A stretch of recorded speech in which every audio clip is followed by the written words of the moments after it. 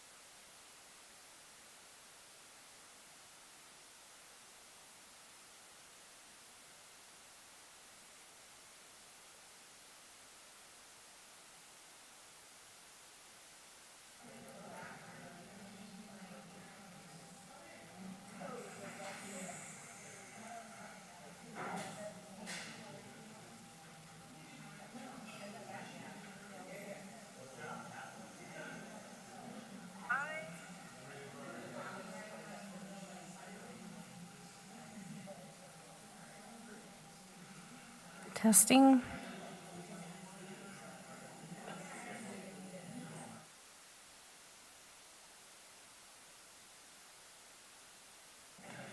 Testing.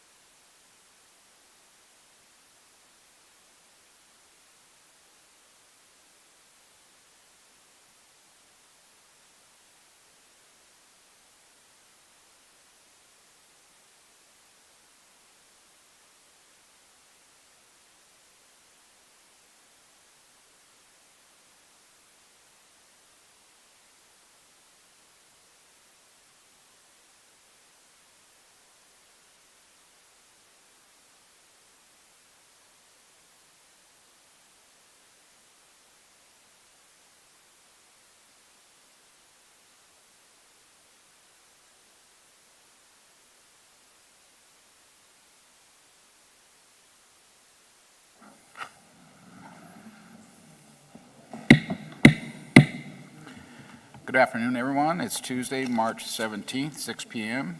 This is our city council meeting, and we'll call the roll call at 6 o'clock.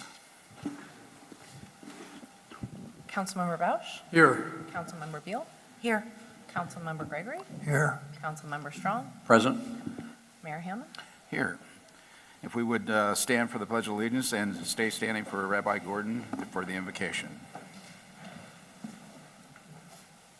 Join with me, please. I pledge allegiance to the flag of the United States of America and to the republic for which it stands, one nation, under God, indivisible, with liberty and justice for all. Thank you.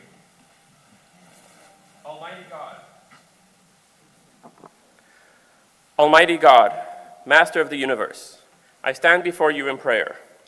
While many of our nation and around the world are currently facing deep hardship, we are also witnessing extraordinary and miraculous events. To express my feelings about these unique times, I turn to the words of King David in Psalm 124, Lulei Hashem shahaya lanu bekum alinu adam, azay chayim belaunu b'charot apam banu. Were it not for the Lord who was with us when men rose up against us, then they would have swallowed us alive in their burning rage against us. Almighty God, grant the members of the Paso Robles City Council wisdom and understanding to serve this community through embodying the universal values of the 7 Noahide commandments communicated to humanity from God through Moses at Mount Sinai. Briefly, they include the requirements to honor the Creator, respect life, reject violence, act honestly, value family, promote generosity, and build a just and moral society. Almighty God, bless this group gathered here today to fulfill one of your 7 commandments, which is to govern by just laws. May we all be graced by the merit of the global spiritual giant and leader, the Rebbe, Rabbi Menachem M. Schneerson, whose 124th birthday will be celebrated on the 11th day of Nisan, Sunday, March 29th, 4 days before Passover. Passover is the festival of liberty, commemorating the Israelite exodus from Egypt through Moses. The Rebbe teaches that Egypt represents not only a physical location at the northern tip of Africa. The Hebrew name for Egypt is Mitzrayim, which also means constraints and limitations. The Israelite redemption, which occurred over 3,000 years ago, empowers us to free ourselves from all internal and external pressures that keep us from realizing our true potential. Like Moses and his generation, the Rebbe in our generation continues to guide millions through his teachings to utilize their inherent goodness and light to change the world for the better. Almighty God, in the merit of realizing this great vision for humanity, may we merit to see the fulfillment of Isaiah's prophecy, nation shall not lift the sword against nation, neither shall they learn war anymore. With the coming of Mashiach, with the hallowed words of King David in Psalm 125 will be fulfilled. Shir ha'ma'alot habotchim b'Hashem kahar Tzion lo yimot le'olam yeshev. Yerushalayim harim saviv la v'Hashem saviv le'amo me'ata v'ad olam. Those who trust in the Lord are as Mount Zion, which never falters, but abides forever. Mountains surround Jerusalem, and the Lord surrounds his people from this time and forever. May this happen very soon, and let us say, Amen. Amen. Thank you, Rabbi. Begin with a staff introduction, starting on my right. Melissa Martin, City Clerk, joined by Mary Sponholz, Deputy City Clerk. Warren Frace, Community Development Director.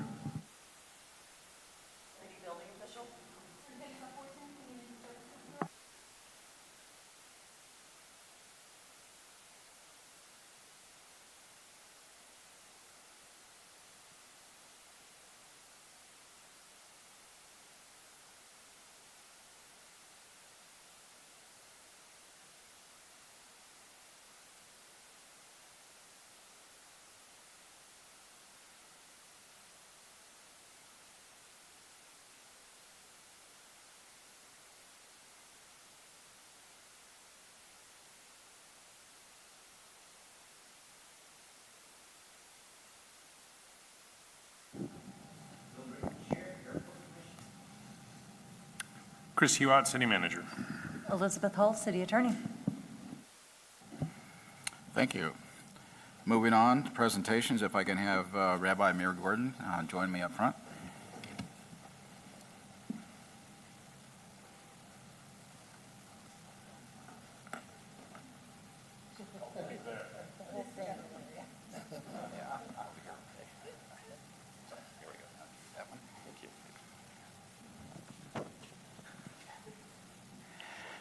Yeah, a little bit. City of Paso Robles, Proclamation, Education, and Sharing Day, Sunday, March 29th, 2026.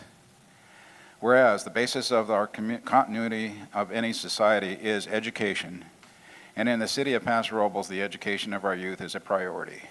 And whereas a global spiritual leader, Rabbi Menachem Shearson, of righteous memory, stressed that a moral and ethical education is crucial to forming and strengthening the good character of our youth, and can nurture the unity and diverse peoples through encouraging increased acts of goodness and kindness, and brewed with the awareness that even a single positive act of individual can change the world and usher in a new era of global peace.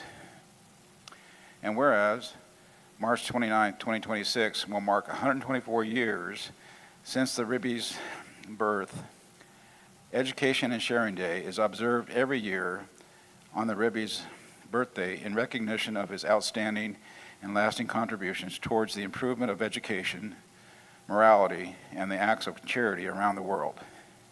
A day to pause and reflect on our responsibility to ensure our youth have the foundation necessary to lead their lives, rich in purpose, fulfillment through good works and service.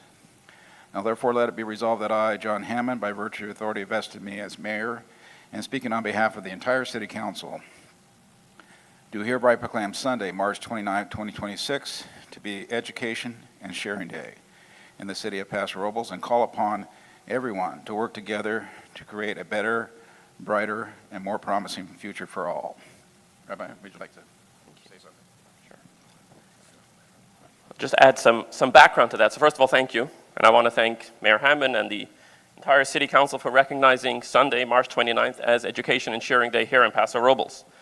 Education and Sharing Day, as we heard, is observed each year on the birthday of the Lubavitcher Rebbe of blessed memory. The Rebbe was a global Jewish leader and educator whose vision inspired a worldwide network of Chabad centers dedicated to strengthening education, community, and acts of kindness.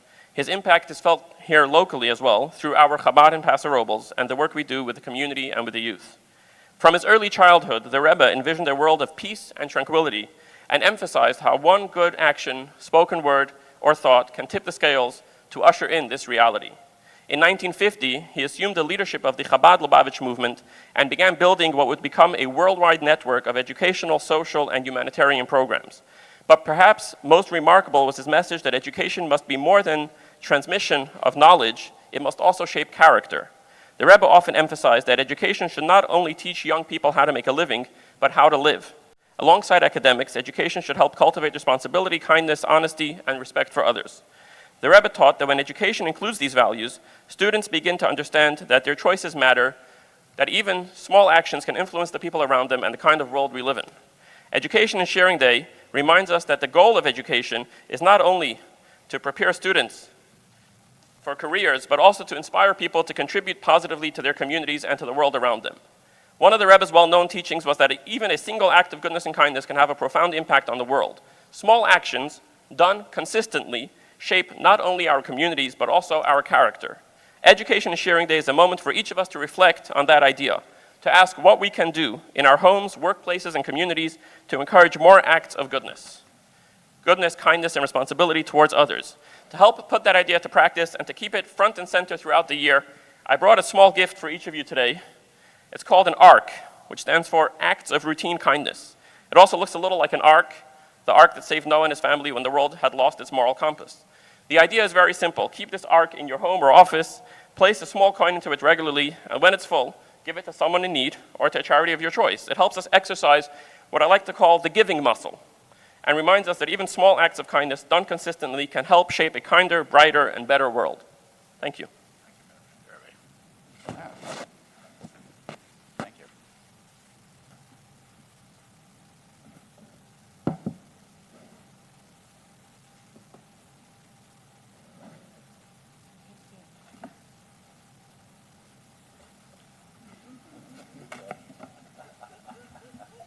No pressure.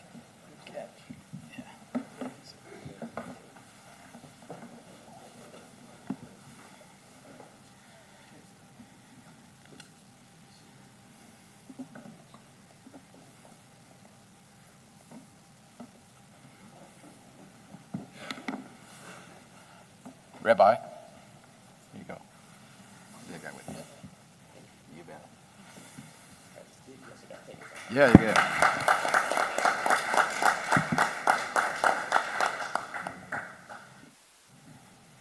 Okay, moving on, we have item 2 on presentations, airport update. Airport Manager Mark Scandalis. Mark?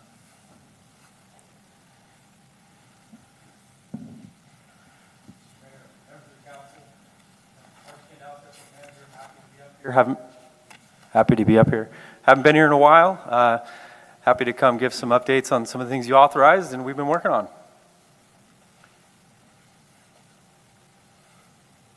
So first, we'll talk a little about spaceport operations. As you know, at the joint meeting, you guys authorized staff to go out to RFP to finish the license application, find a consultant to help us do that.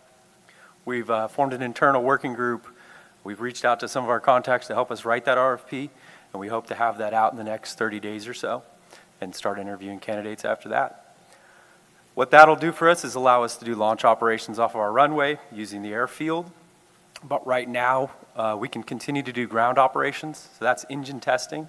That happens at all spaceports and a lot at normal airports, just regular engine run-ups and testing of aircraft. So that photo right there on the right-hand side, right in the center of it, you can see a tiny flame. That is a rocket engine. That's about 5 pounds of thrust. So think of 5-pound weight in your hand. That's all the thrust it produces. There's a whole lot of plumbing and piping to get that going, but that's what we're doing in Paso Robles. So an acronym I want you to get in your head that myself and Dr. Kurt Corbin from Cal Poly kind of came up with was RJETS, Rocket and Jet Engine Test Site. So we have one developed at the airport here. It's on the left-hand side. It's essentially a big dirt lot that provides a lot of clearance. If anything goes wrong, people are outside of that bubble, nobody gets hurt. We have 2 engine test sites cited in our spaceport paperwork, and we're working to get a 3rd one on board because the demand is there. Here is Cal Poly, who's at the engine test site. They're actually here tonight. They've been here all day. They've been here all month, actually, every weekend, working on their engine. They're really happy to be out here because on campus, they don't have a site to do it that's not indoors. For obvious reasons, we want to get them outdoors, get a little factors of safety for them. They're very excited. They're giving us feedback on the kinds of equipment we should have out there for our industrial customers, and it's working out really well with Cal Poly. And you can tell that they're students because right in the middle, top center there, they brought their own microwave with their own ramen lunch. So, and that's our unofficial mascot on the top right. Next project I want to talk about is our security updates. May 2025, we authorized a security plan for the airport. We've done a number of things. First was signage. So every gate now and every access point has a restricted access sign.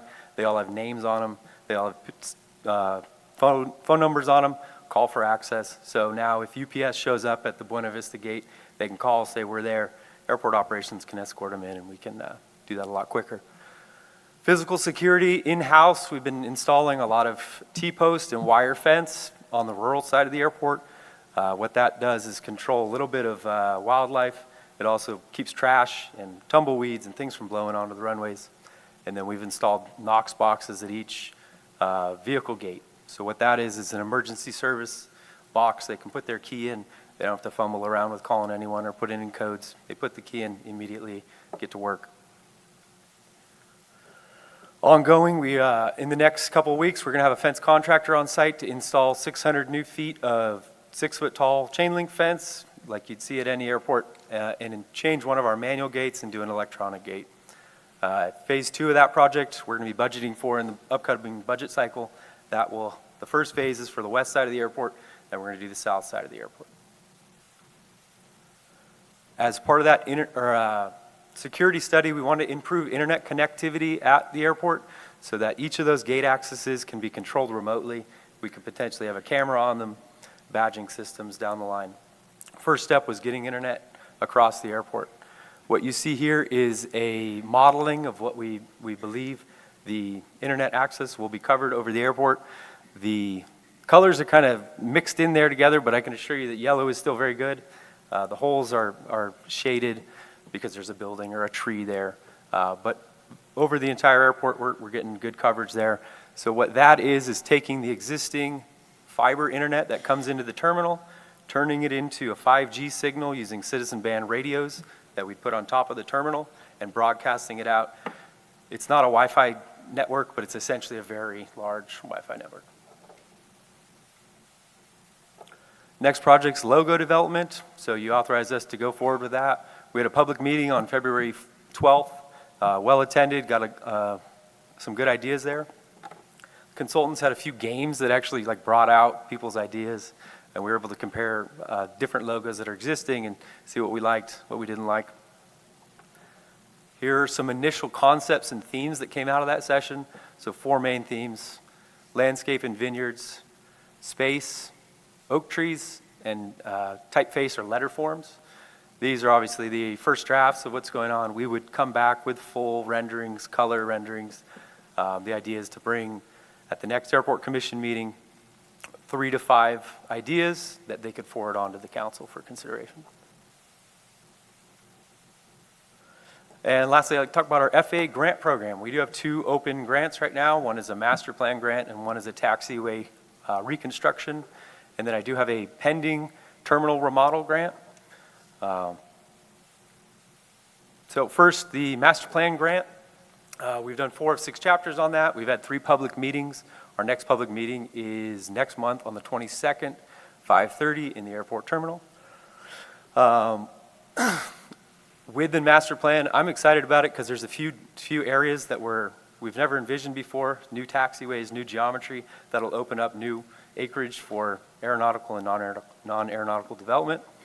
And we've reached a major milestone with the FAA approving our forecasts. So that's what we expect our aviation growth to happen over the next 20 years. FAA has to agree with us. We can't be out of bounds. They have agreed. Next grant is a taxiway alpha reconstruction. In our 2023 pavement management plan, this was identified as a substandard section, not able to hold full weight of large aircraft that we routinely see. So we were able to take that information to the FAA, get a design grant to design that project, and in the following year, 27, we should be getting a construction grant to rebuild that. Once that's done, we can handle everything CAL FIRE can throw at it. The U.S. military, the Brits, will have a full-strength taxiway section. And lastly, I'd like to talk about this airport terminal remodel project. So this is something the City Council authorized staff to start doing. We did start doing that, and in that time, the FAA released a notice of funding opportunity, which are these small windows that say, apply for this, we have extra money. So it was about a month long. Luckily, we already had a head start. We were designing this, and we were able to put together a grant application, not a grant that we got yet, but an application for $1.4 million to cover the cost. If we don't get a grant, we're going to be planning in the next budget cycles to pay for it as we can out of the Airport Enterprise Fund. So maybe monument sign this year, interior, exterior, it'd be phased. But this largely is a new monument sign for the airport, and then refreshments to the exterior and interior of the terminal. So I'm going to drive you from the monument sign as if you're going through the terminal and getting on a plane and leaving. So that's the view that we're going to take here. So this is our existing monument sign. It's in good shape. It was built in the 80s, but it's on the wrong road. You have to go past the entrance to the terminal to see the monument sign. It's on Raleigh Gates. The entrance to the terminal is on Wingway, 1 street to the south. So we need to have a monument sign that's in the correct spot. Here is a rendering of what it could look like. Admittedly, the artists went heavy on the landscaping, but that's what it could look like. It's kind of a wing-shaped monument that points you in the direction of the terminal and the airport. It's able to be seen from both the northbound and southbound lanes of Airport Road. And internally, we're talking about making that an actual wing. So imagine like a polished aluminum from a DC-3 or an Electra or something like that, an actual wing. I think that would work well. As we come up to the terminal, here's what a new terminal building could look like. Of course, what you're seeing here is the new paint scheme, both the roof and the building itself. You can see we removed the wall that's to the south of the terminal, kind of opens it up, gives a little more public space there. And then you can see the tower, which is actually the elevator shaft. That is, we wanted to bring an idea that Paso Robles is kind of becoming famous for, and that is light as art. So we have Sensorio, we have downtown, we have Sensorio coming downtown. So we thought, why don't we bring it out to the airport? So I'll show you some renderings what that looks like. But that is a perforated metal cladding set off the building about 6 inches. And we'd be able to put lighting behind it. So what could that look like on a day like today? There you go. St. Patrick's Day. That's what it could look like. Of course, 4th of July, we would be looking at Barney Schwartz and celebrating along with them. And of course, holidays, Christmas theme. So a lot of things we can do with that tower there. As you walk into the lobby, you can see, of course, updated color scheme, furniture, seating options. A few things to note here. Under the stairs, right now it's open. We've closed that off, turned it into a janitor's closet. We do need some more room in the terminal, so that helps us out. And then as you're walking closer to the air side, you go left to Joe's Restaurant, right to Lloyd's Aviation.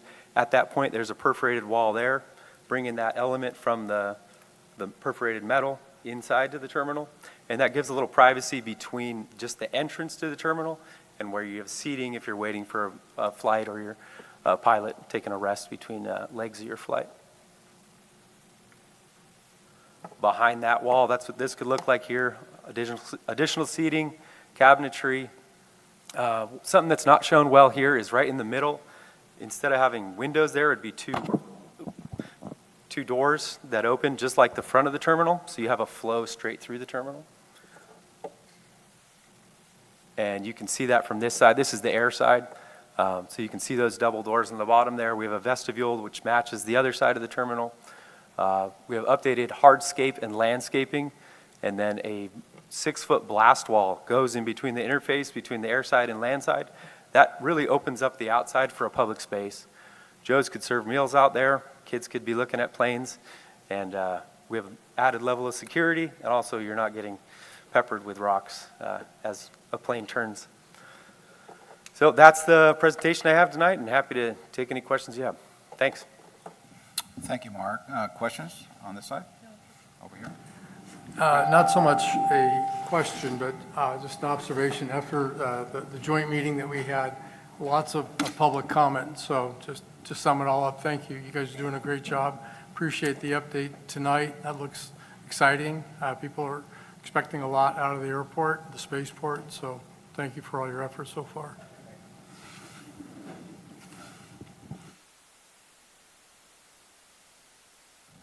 Yeah, Mark, I had a question on that screening behind in the terminal there. Is that essentially going to be the pilot's lounge then? Or, because I thought when we were going to add on to the terminal, I thought we were going to have a separate area over on the south side. Yeah, you're correct. There's going to be a new separate area with Lloyd's expansion to the terminal, but for right now, that's what we have. So we just put a barrier and So this is in separate it off. addition. This is in addition to what Lloyd's is proposing. Yeah, later.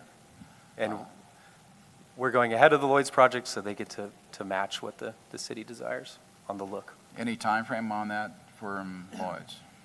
Lloyd's, I don't know, but the terminal grant, where FAA told me I would know in the next month or two. And is that for design drawings, or is that for construction? That's also? construction. Yeah. So we have a major advantage because we did the design ourselves. Right.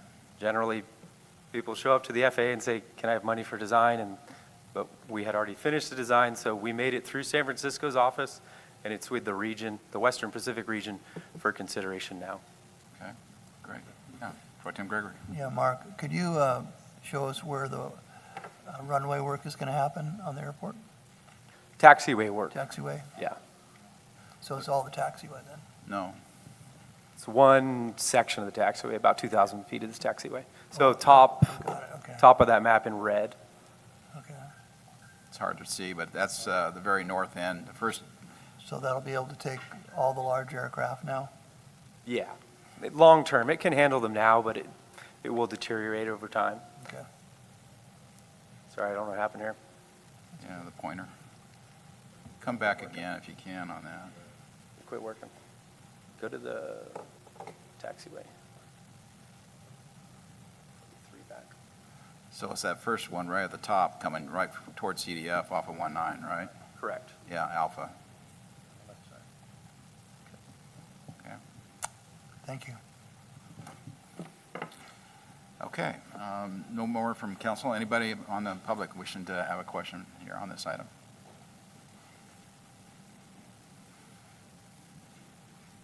Welcome. Check. Oh, sorry. Linda George, 3126 Spring Street. Actually, I have a couple of questions, Mark. I am not going to profess to know anything about the airport. It's not my lane or anything I do. I like to have 2 feet on the ground. I have 2 questions on the lights. We're getting very lighty around here in Paso. Sensario, I wasn't here when you guys did all the design and stuff. Does that mean Sensario's paying for those lights? And, you know, with the strain of electricity in California, I would like to know what kind of strain that's going to put. I'm assuming the airport pays for that, those lights? And then in the design, I'm not sure if there were a way for Ubers in, you know, a zone, that's the word, zone, like you see at BART train and other airports. If we're going to grow, are we going to have those things? And then the last thing would be, it would be advantageous to have a gift shop at the airport. Thank you. Thank you. Dale, welcome. Yes, as I said at the joint meeting, Ben Reddick in the 80s said the airport was the future of Paso Robles. I agree then and now, and it's going to be nice that Sensorium didn't pull out. One time they were thinking of it, because those airplanes coming into land, they got a beautiful sight of Sensorium, don't they? Very good. Thank you. Anyone online? Melissa? No, sir. Okay.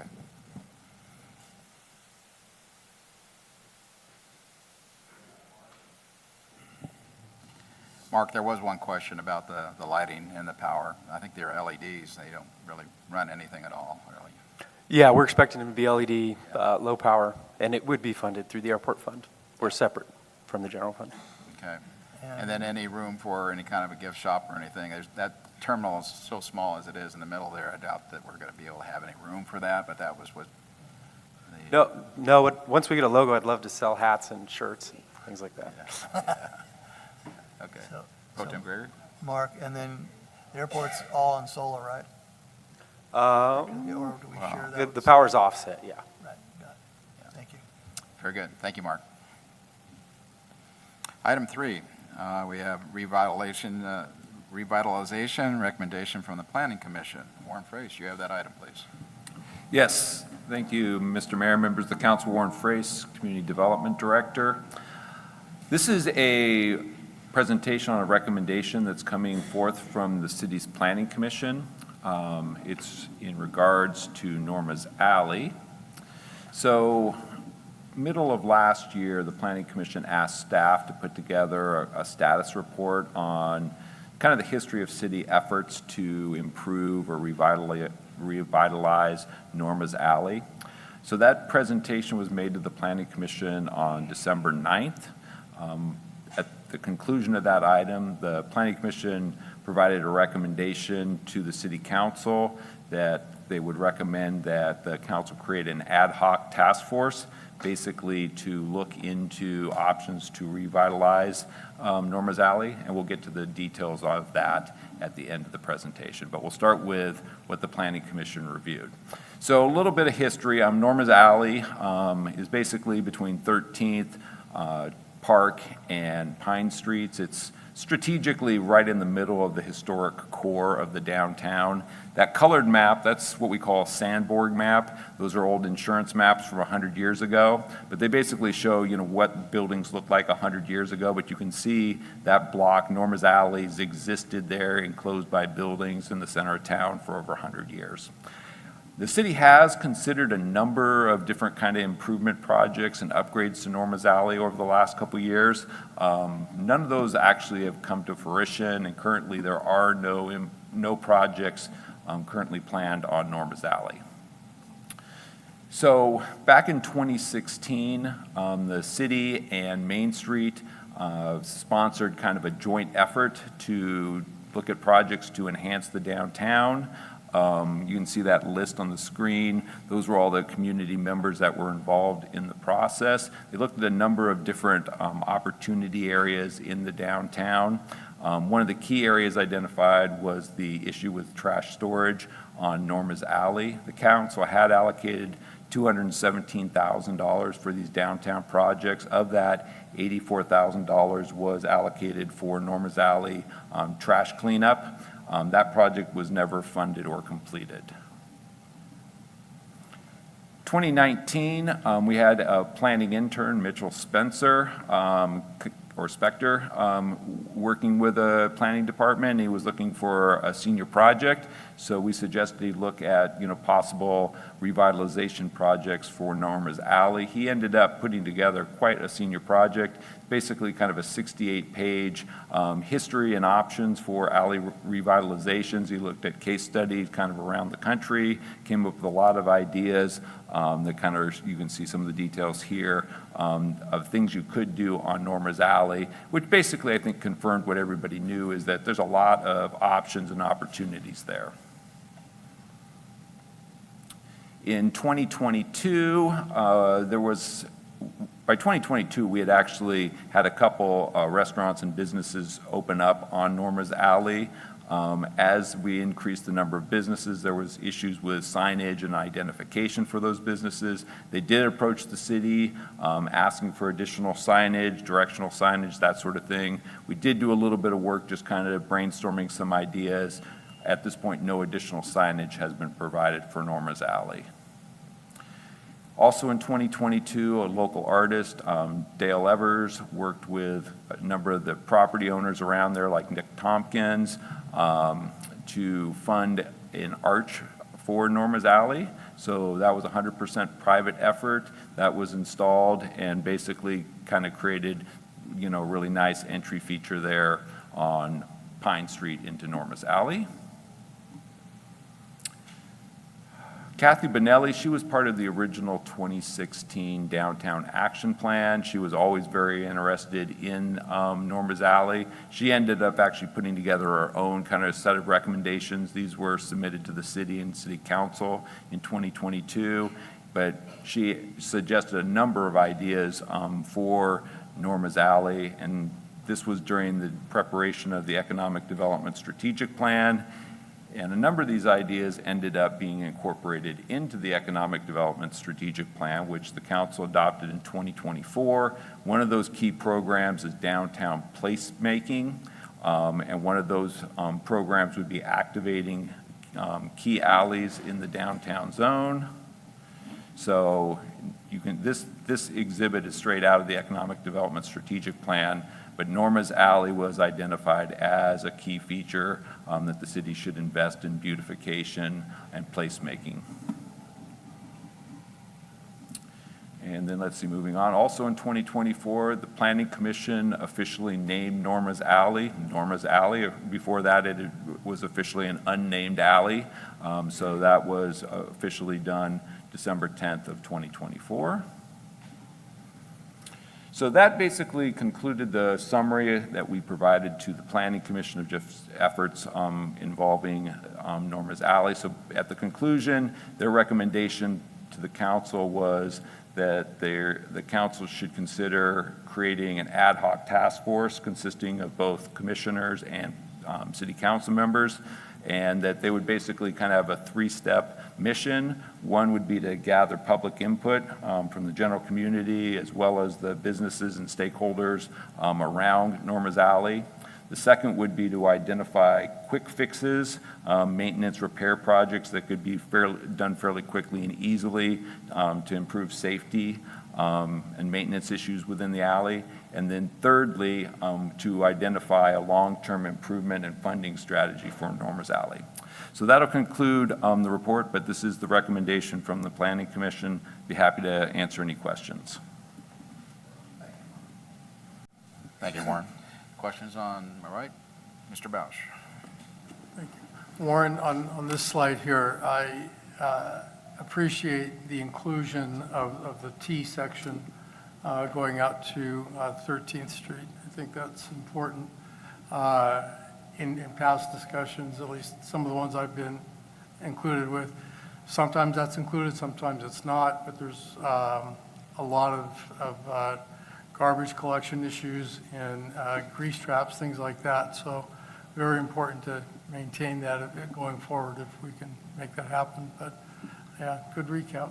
Okay. Good. You have any questions? Steve? Yeah.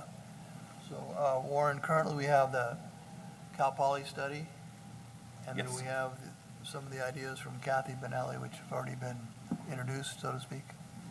So how would the ad hoc work? Can you explain that? What would you want them to do? Well, I think the way the commission envisioned it, it would start with kind of a public outreach process. And I do believe that a lot of the information that we currently have from the senior project and some of the other efforts that we did, provide a good basis just to, talk with the public about ideas and then gather those up. And I think based on that, they were hoping that it would be clear what, short-term maintenance fixes should be prioritized. And then ultimately, some sort of an improvement plan involving a consultant to actually come up with a, a design plan that could then be, funded for improvement. And there's a photograph of pavers in the alley. Is that what, an idea, or? What picture? One of the original photographs has pavers in the alley. It looked pretty nice. Oh, pavers in the alley. Yeah, I think, Mitchell's project included different surface coverings, pervious pavers, still would allow for vehicle access, but give it kind of a different, more pedestrian character at the same time. Thank you. Councilmember Beal. Thank you for the presentation. I think the timing of this is interesting. There's already been so much work that has gone into this, and the way that it connects with the economic development strategic plan, sort of our vision for connecting different spaces now that the railroad parking lot is complete. I think there's a lot of opportunity and a lot of momentum around this, and I know we can't vote on it tonight, but I would certainly be open to agendizing the formation of an ad hoc. Well, I think, Chris, can't we go ahead and make appointments? Mayor, it's on your agenda tonight as an informational item only, so there's no request for direction. What I would recommend to you, if you would, we're beginning our goals discussion for the upcoming budget cycle next meeting. If this is something that rises to this body's priority list, and you'd like to include that as part of your goals to advance this, then we can then use that as direction as we put together the budget for the upcoming 2-year budget cycle.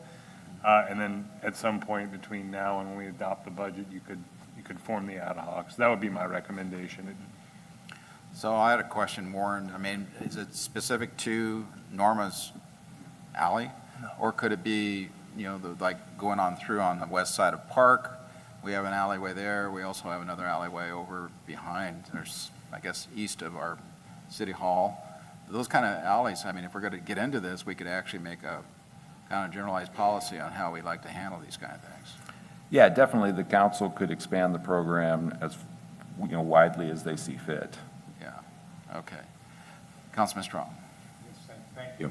One of the things that occurred to me is, did they look into what possible funding sources they could use? Because alleys are by state law specifically excluded from any street funds.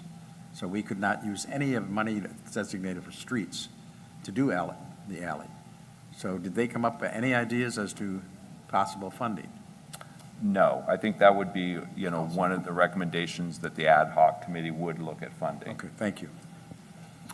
Okay, yeah, Chris Belch. Go ahead. Thank you. Mr. Huot, just back to your point about including this in our long-term goals.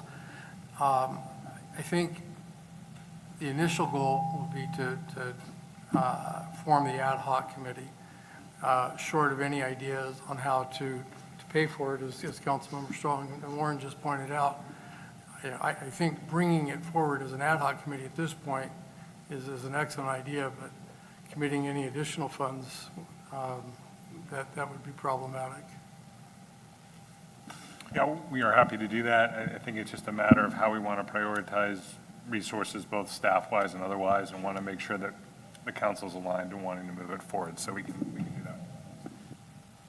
I think moving forward, an ad hoc would certainly make a conglomerated policy on how the council would like to see this moving forward, and as projects come up, then we could, of course, figure out how to fund those, but, okay, sure, Pro Tem Gregory. Yeah, I just want to make one more comment. And we do a really good job of our streets and parks here in Paso Robles. And it's really important, I've seen a lot of very walkable and nice alleys and around my travels around California. And there's no reason we can't have Norma's Alley and some of the other alleys be more walkable and presentable, because people use them all the time. Let's just make them look good. I think it's a good idea. Especially in our downtown core. Especially downtown. Exactly. We could do a little Yeah, perimeter. I'll go ahead and open up the public. Anybody wishing to make a comment on this item, please come forward. Hi, Linda George, 3126 Spring Street. I absolutely want to see this happen. I worked for local assistance, Caltrans, for 2 years in Oakland, and there is where I learned where all the good gas tax money, federal money comes in, as you know, Mr. Strong.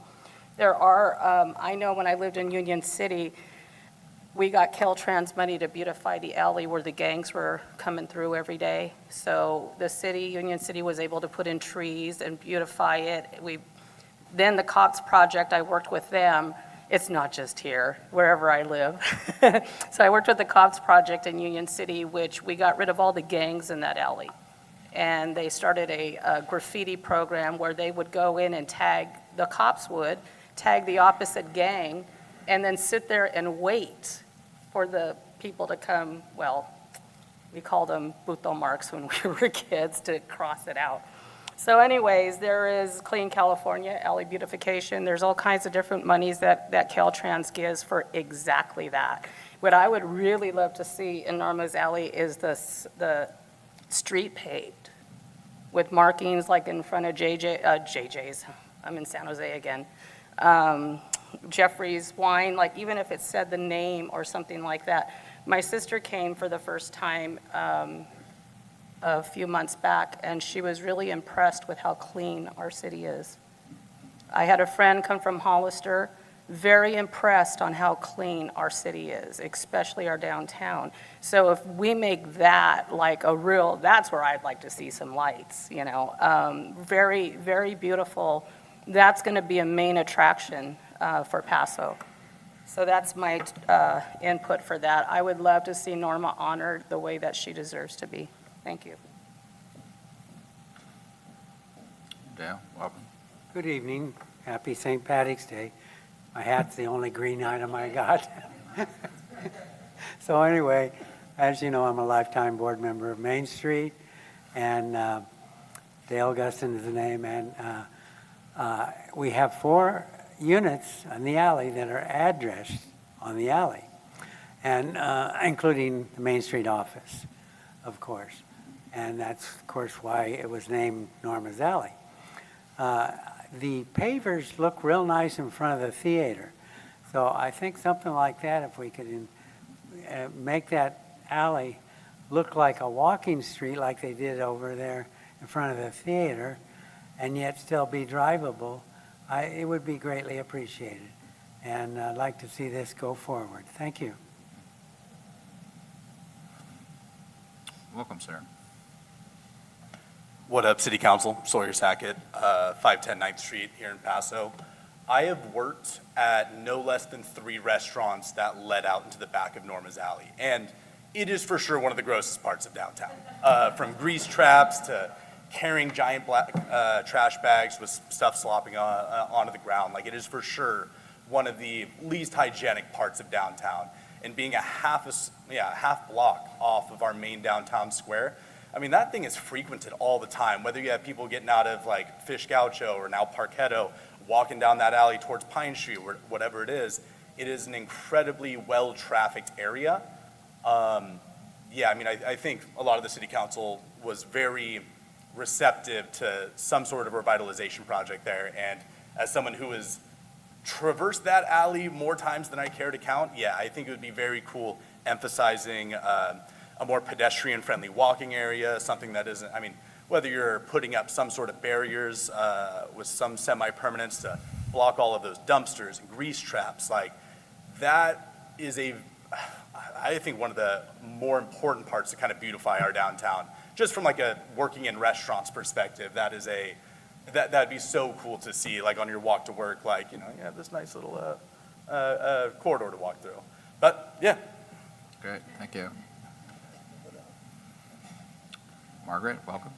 Good evening, City Council, Mayor, and staff. My name's Margaret Holstein. I'm 1225 Spanish Camp Road, Paso Robles, and I'm chair now at downtown, Paso Robles downtown Main Street. So thank you for looking at this. Chris Beal, when you were at one of our meetings, when they're doing all the parking lots, I thought they were going to include the alley, and I was kind of disappointed, but I'm so excited that you guys are bringing this forward and looking at it, and I'd like to have it done sooner than later. That's my thing, but I realize the funding has to be acquired for it.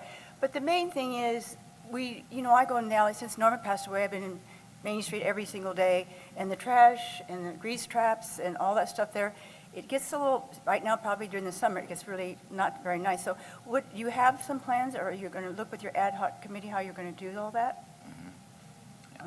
So another suggestion is look at downtown Pasadena. Downtown Pasadena fixed all their alleys. I was there with Bob Latta and when I was on the Planning Commission, and it was amazing what they did to their alleys there in Pasadena. I would suggest it's a good reference point where you see what they did.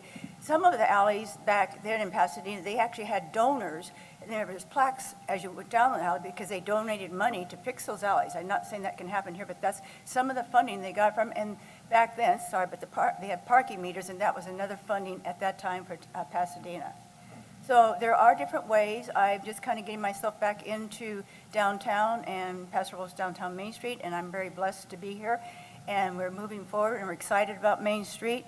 We've got some great things happening, and it's just been a really treat, and I'm very blessed that they've picked me again to be president of Main Street. But please look at Pasadena. It really is a good reference point. They did a great job, and thank you. Very good. Thank you, Margaret. Welcome. So it appears that everybody else eloquently brought up every subject that I was going to bring up, so I really don't know what to say. Short of, Your name, sir, real quick. my name is Raymond Smith. I'm a business owner downtown Paso Robles, and Lynn. been here for more than 30 years. I've seen this town grow, and I've seen that alley change. There's a significant amount of more traffic in that alley than before. With respect to the ad hoc, maybe they should consider, one of the first things they should do is, one, take a look at that alley and the condition that the roads are in, and look at it from a safety perspective, if not only just a beautification. And then not only that, find some kind of way to monitor the amount of traffic. Even the GPS systems that show you where to drive in Paso Robles if you've never been there. If you leave the Paso Robles Inn and you're going to the Hatch restaurant, it doesn't take you to 13th to make it right. It takes you through that alley. And someone who has never been here before, really, who would be walking around in the evening because they're going to dinner, there are some places that are not safe to be walking around. And not only that, you have your children and the beautification. With respect to Norma, we ought to really consider making that a decent place. And that's about all. Like I said, they brought up all of my subjects, and I had a ton to say, and I can't think of anything else to say, so. I did know Norma was into GPS coordinates. She probably programmed it that way. Yeah, sure. All right. Well, part of the Main Street Association's responsibility as part, to bring alternative businesses and the beautification of the area. So from that perspective, being a volunteer, that's the only thing I could think of is to, one, make it safe for us to walk around in that area, because unlike some of the other alleys, this is the only one that I think storefront businesses are, which drive a lot more traffic there. So I think we should probably focus on looking at the amount of traffic that has changed significantly since back in the 80s when I moved here, and then the condition that it's been in and how we can make it safer for other people to walk around, and welcome to our beautiful city everywhere. So, thank you. Good comment, thank you. Jeff, welcome. Hello, Mayor, council members. My name is Jeffrey Wiesinger. I'm here representing two major stakeholders in Norma's Alley as the owner of Jeffrey's Wine Country Barbecue and the interim executive director of the Main Street Association. I'm here to ask the council to prioritize and invest in revitalizing Norma's Alley in downtown Paso Robles. Recommendation already supported by the Planning Commission, the Paso Robles Main Street Association, and the small businesses that have helped establish Norma's Alley as a major destination point in our city. Norma's Alley is more than just a back alley.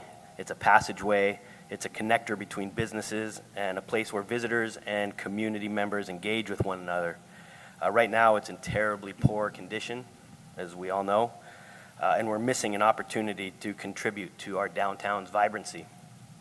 We believe that a modest, well-planned investment will deliver incredible returns for our local businesses and for Paso Robles as an image of a welcoming, walkable destination while improving the overall downtown safety and walkability of our community. First, we believe the economic case is strong. Revitalizing efforts such as improved paving, trash management, improved lighting and signage, landscaping, and space for outdoor seating and small events will increase foot traffic and provide for a more enjoyable experience. These improvements will directly benefit not only the businesses and nearby storefronts in the alley, but locals and visitors. The Main Street Association, Jeffrey's Wine Country Barbecue, Indigenous Sellers have made it clear that we will leverage a revitalization effort to expand our outdoor services, host events, and attract customers who otherwise might bypass our downtown. And as we know, more customers mean more revenue, more sales tax, and a stronger downtown economy. As Raymond had mentioned, the public safety and accessibility of the area is extremely important. Better lighting and clear, accessible walkways will reduce the perception of an unsafe area and will only add to the vibrancy of our downtown district. These basic investments that make residents and visitors feel more comfortable walking downtown at any hour, and it can seem, even with our storefronts, it can seem a little quite unsafe down in that area at night. The alley, I believe, presents a low-cost, high-visibility opportunity to reinforce Paso Robles' sense of place. Thoughtful design, local art, heritage signs, and plantings celebrate our community's character and give visitors more memorable moments that encourage social media sharing and return visits.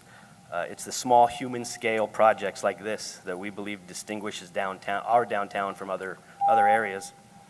So please, I think we're all in general consensus, but the concept for a ad hoc committee, if there's any opportunities for involvement with Main Street, we would be extremely happy to be a part of it, as well as private businesses. We hope you take this up. Very good. Thank you, Jeffrey. Thank you. Anyone else? Anyone online? Yes, Michael Rivera. Okay. Michael, go ahead. Can you hear us? I can hear you, Mayor. Can you hear me? Yes, go ahead. I think that the comments made are great. There's been a lot of great points made. I also highly believe that this improvement will be great for the downtown corridor. I think that if you look at the areas from the going east across Pine Street and west going across Park. There's 2 alleys there, and I think they should be brought under this umbrella as well. You also have, a significant amount of support from the businesses and so forth, I would believe. And so I just support what everybody is saying on the positive side. And, there's places throughout, I haven't seen Pasadena's alleys, but I assume they're beautiful. So I would suggest we look at other areas that have had similar successes in that endeavor, and I would suggest that the city, if we're going to invest, let's invest in our business corridor, and this is the heart of that. And so I highly recommend that we pursue this and go down that path and bring in other areas like, as I mentioned, across Springs, across Park Street and across Pine Street to include those alleys in the initial phases. Thanks a lot. Thank you. Anyone else? No, sir. Okay. We'll bring it back to council. I know that a lot of people call it Norma's Way instead of Norma's Alley, and I think during the memorial, I actually heard somebody say that they should have it on the west end of that alley or the highway, instead of leaving or the highway. Kind of cute. Direction back to council. I think, again, we had enough discussion on forming an ad hoc. Has everybody got their preference on that? So we can get direction to staff. Absolutely. Yeah. And with one other comment, too, and that is that even though, as I mentioned, that state funds don't include alleys, that doesn't mean that our local funds couldn't be designated to include alleys. Well, it's going to have to. Yeah, Right. we're on our own. So to So, speak. and that's a significant funding source. Yeah, I think it's important that we started including other alleyways too. If nothing else, just to improve the actual asphalt, for safety and for walking. But a general policy that we can get into during the ad hoc about how we want to see alleyways too. So I think staff has that. Chris?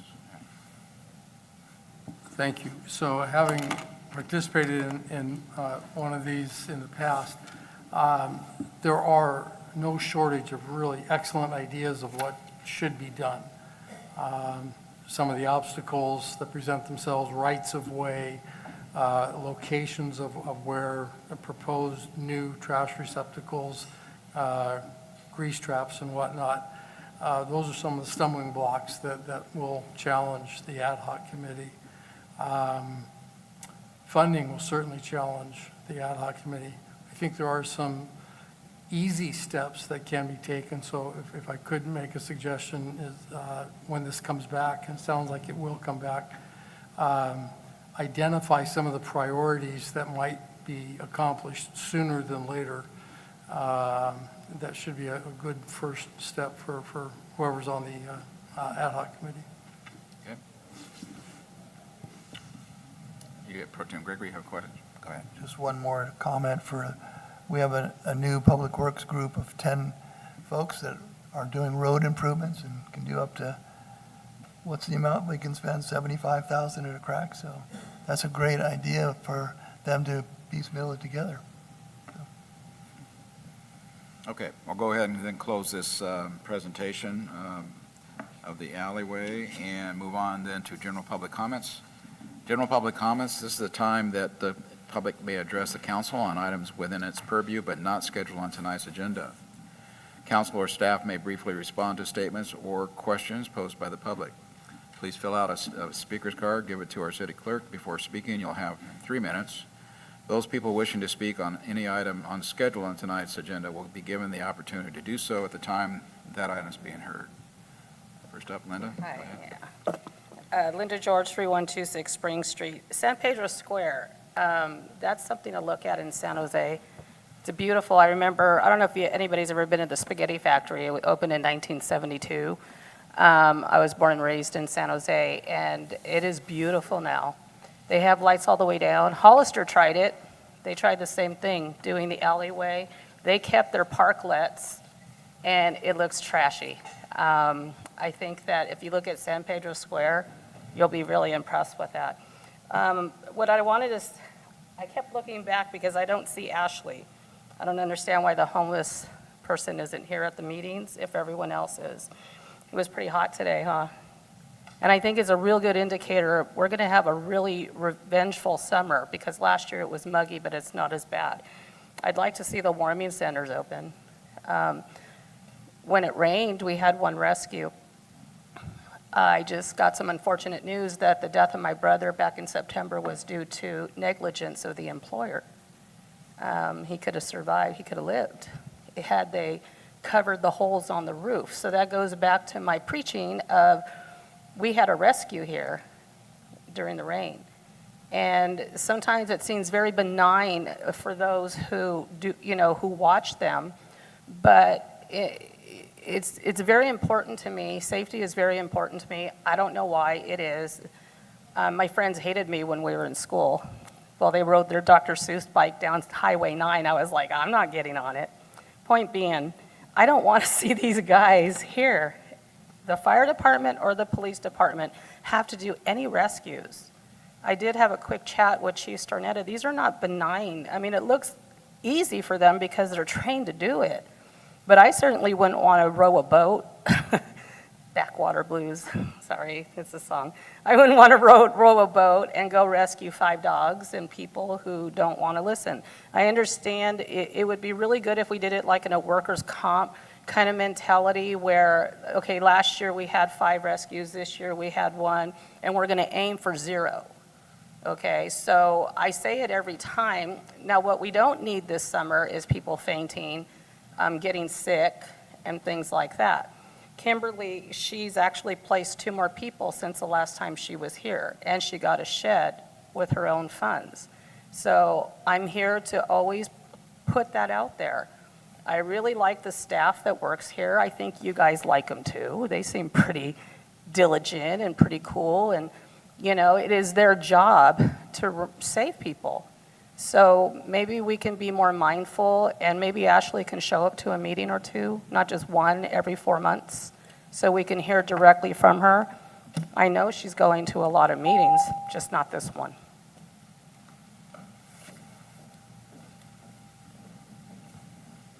Dale, welcome. Dale Guston. I'm looking forward to the concerts in the park, and a long time ago, we had a parquet dance floor there, and it disappeared. And then Main Street borrowed it and set it up, and nobody came to pick it up.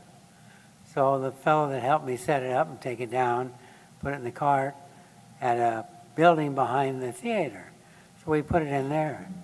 For 2 years, you didn't even know where it was. And then when I told you where it was, or that I had it, then Ty Lewis insisted I return it to the city property.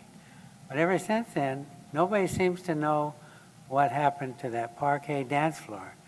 I had contractors willing to put a slab in, and still nobody seems to know what happened to that dance floor. I'd appreciate somebody locating it for me, please. Anyone else? Public comment? Anyone online, Melissa? No, sir. Okay, we'll go ahead and close public comment and move on to items to be deferred. Mr. Huat. Mayor, no items for deferral this evening. Okay, then we'll move on to overview of items on consent calendar. Yes, thank you, Mayor. We have 6 items on your consent calendar tonight. The first is the approval of your minutes from the March 3rd City Council meeting. Next was the approval of the March 4th Joint City Council Planning Commission Airport Commission special meeting. Item number 3 is the receipt of advisory body minutes. This is for 3 Planning Commission meetings that took place on January 13th, January 27th, and February 10th. Item number 4 is the warrant register. Since our last meeting, we've made, as a city, $2.3 million in payments. I'll cover those that exceed $100,000. The first is a payment to Mainline Engineering Construction. This is for the utility upgrades that are happening in the Riverside Capitol Hill area in the amount of $242,489.40. Item number 2 is a payment to Best and Krieger. This is for the December attorney's fees in the amount of $140,019.02. Next is a payment to Core Business Interiors. This is related to certain furniture, fixtures, and equipment related to the work that was done at City Hall in the amount of $169,164.10. Next is a payment to J.J. Fisher Construction. This is related to the pickleball court construction that's happening at Sherwood Park in the amount of $119,570.56. Next is a payment to USA Bank. This is related to water revenue bonds that the city issued in 2019. This comes out of the water fund in the amount of $333,791.59. And then finally, a payment to El Camino Homeless Organization, or ECHO. This is related to the contribution to the MOU agreement that the city has with ECHO. This is one of the payments and equals $111,000. Item number 5 this evening on the consent calendar is the approval of a part-time community events coordinator job description and updated master pay schedule. I'll note that this position essentially reclasses an existing part-time position, and there's no net budget impact associated with this item. And then item number 6 this evening is the approval of a resolution that also authorizes the corporal position to be added to the list of emergency response classifications eligible for reimbursement for mutual aid purposes. The corporal position was something that was added this last go-around in terms of labor negotiations. So this is a cleanup item to make sure if there are mutual aid calls and assignments that we can get properly reimbursed as a city and not spend our own general fund dollars responding outside of the area. With that, be happy to answer any questions. Thank you. Very good. Thank you, Chris. Items on consent calendar are considered routine and do not normally require separate discussion. However, any member of the council or the public has any questions on a specific item, we can get the clarification item out in front and get those answered before the vote is taken. Secondly, any member of the council or the public that wants a full discussion of the item will cause that item to be pulled from the consent calendar and considered separately at the end of the discussion items portion of tonight's agenda. I will now ask the council if they have any questions and wish to pull any discussion item. Pro Tem Gregory. Yeah, just a brief discussion on item number 5. Chris, could you just tell everybody what that's all about, please? Yes, sir. So as you know, we had a retirement of our former Public Works Director, Frida Berman, who also wore the hat as Special Events Coordinator, kind of informally. And with the shift, we've had to shift some different assignments around. And a lot of the special event coordination is now happening through community services. Their capacity and their resources look a little bit different than what Public Works looked like when Frida was in the Public Works Director position. So this position on a part-time basis would help, I'm using the very scientific term, herd the cats, in terms of coordinating with special event organizers, coordinating with city departments. But again, it'll be a point person working with staff, again, to organize all the different special events that happen throughout the year, those that are occurring in downtown City Park on a regular basis, those that pop up in other parts of the city. So again, this position, there's a current part-time vacancy in the Community Services Department today. What this would do tonight is change the title, create this job description, update the necessary paperwork to better define what that role would be. Thank you. Thank you very much. Any other questions, council? Any questions from the item on this, from the public? Linda? I actually have a lot of questions. Linda George, 3126 Spring Street. So the first question is, this sounds like a 980-hour part-time position. It doesn't sound like it's a CalPERS position from what I read of the duty statement. So the other questions I have is, if Frida was wearing 2 hats and she was able to do both of these jobs at the same time, what is so compelling other than convenience to give it to CSSD because they're already planning? What I found deficient in the write-up is why you guys got there. So I understand why you want to do it, but what happens when you hire a public works director? Does their pay go down because Frida did 2 jobs, or was Frida just simply overworked and underappreciated? My concern about this is that at a 980-hour position with no CalPERS, that means it would eliminate retired annuitants for possibly being able to do a position like this. So maybe I'm not utterly convinced that it needs to be solo, an individual position, especially since it's part-time. I think the rate pay you put was like $23 or $26 per hour. I'm not sure that that's a really great job offer, to be really honest. So I think I'm more concerned about when you finally hire a public works director, are they going to get paid less because you just remastered the pay scale to accommodate the same position? You know what I'm saying? That's my question, because when you finally hire the public works director, what are they going to do? And most of all, being that I've been fighting against CalPERS for 10 years, I really want to see the staff here get their CalPERS credits, because it's going to matter. CalPERS is not, it's going by the wayside. By the time some of you guys retire, it may not even be there. But somewhere down the road, hopefully there'll be some kind of compensation for that. But I'm really curious as, again, why it became an individual position as opposed to just not making a full-time position. Another person asked me a question, and said, well, doesn't Main Street organize the majority of these events? So it does kind of, found why a part-time position. I don't know if I see the necessity of it. Thank you. Okay, anyone else? Public questions? Okay, Chris, you have any response? I mean, Mayor, I'll defer to you if you'd like me to respond to anything. okay. All right, Fred, go ahead. I'd like to just, the history of this. Frida did that job first. She wasn't the public works director first. She was working independently in other capacities. She was the interface between Main Street and all of its events and the city and the garbage company and all these other places. And she was very good at organizing everybody else around in the support mechanisms and in gaining the permits that were necessary in order to have these events. So when she moved up to the Public Works Department, there was nobody who knew how to do all the things she used to do. So she just kept doing it. But now we have a whole different situation because we have that position, very specifically as Public Works Director. And it doesn't include that kind of thing. Yet that kind of thing is needed.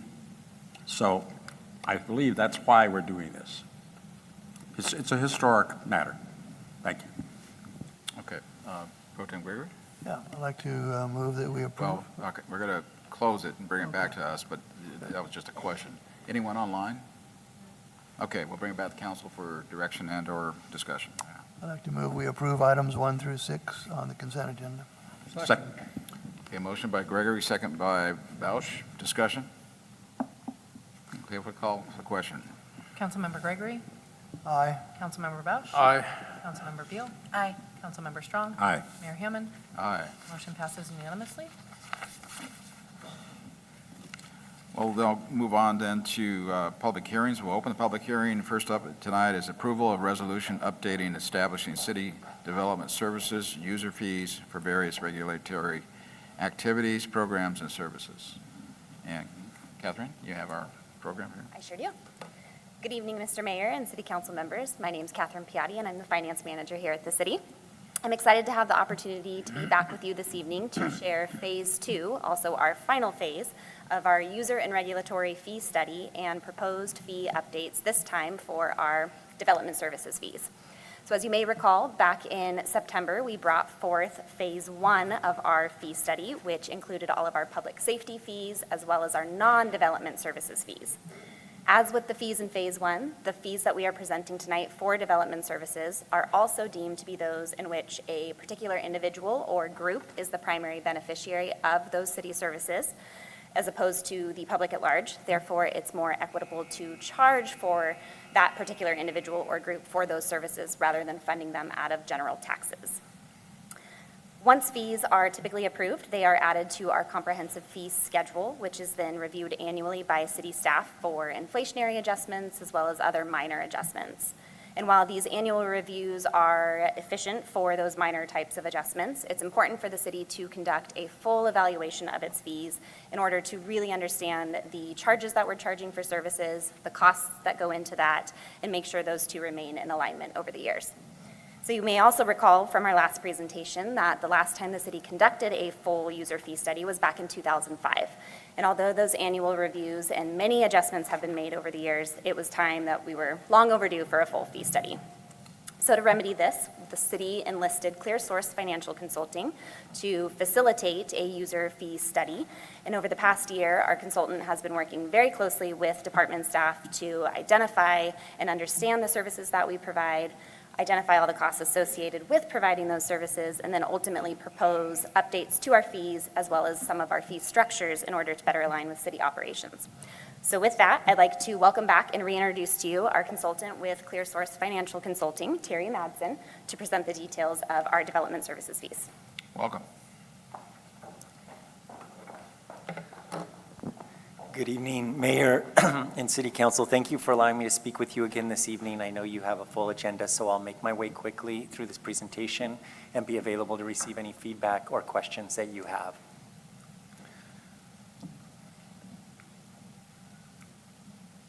So just by way of orientation, I think the presentation is about 10 to 12 minutes long. We'll talk about background, some fundamentals and terminology, and as a council, you're familiar with this. The concepts are similar to what you heard in the fall for the non-development related fees, and then we'll talk specifically about Paso Robles and next steps for council consideration.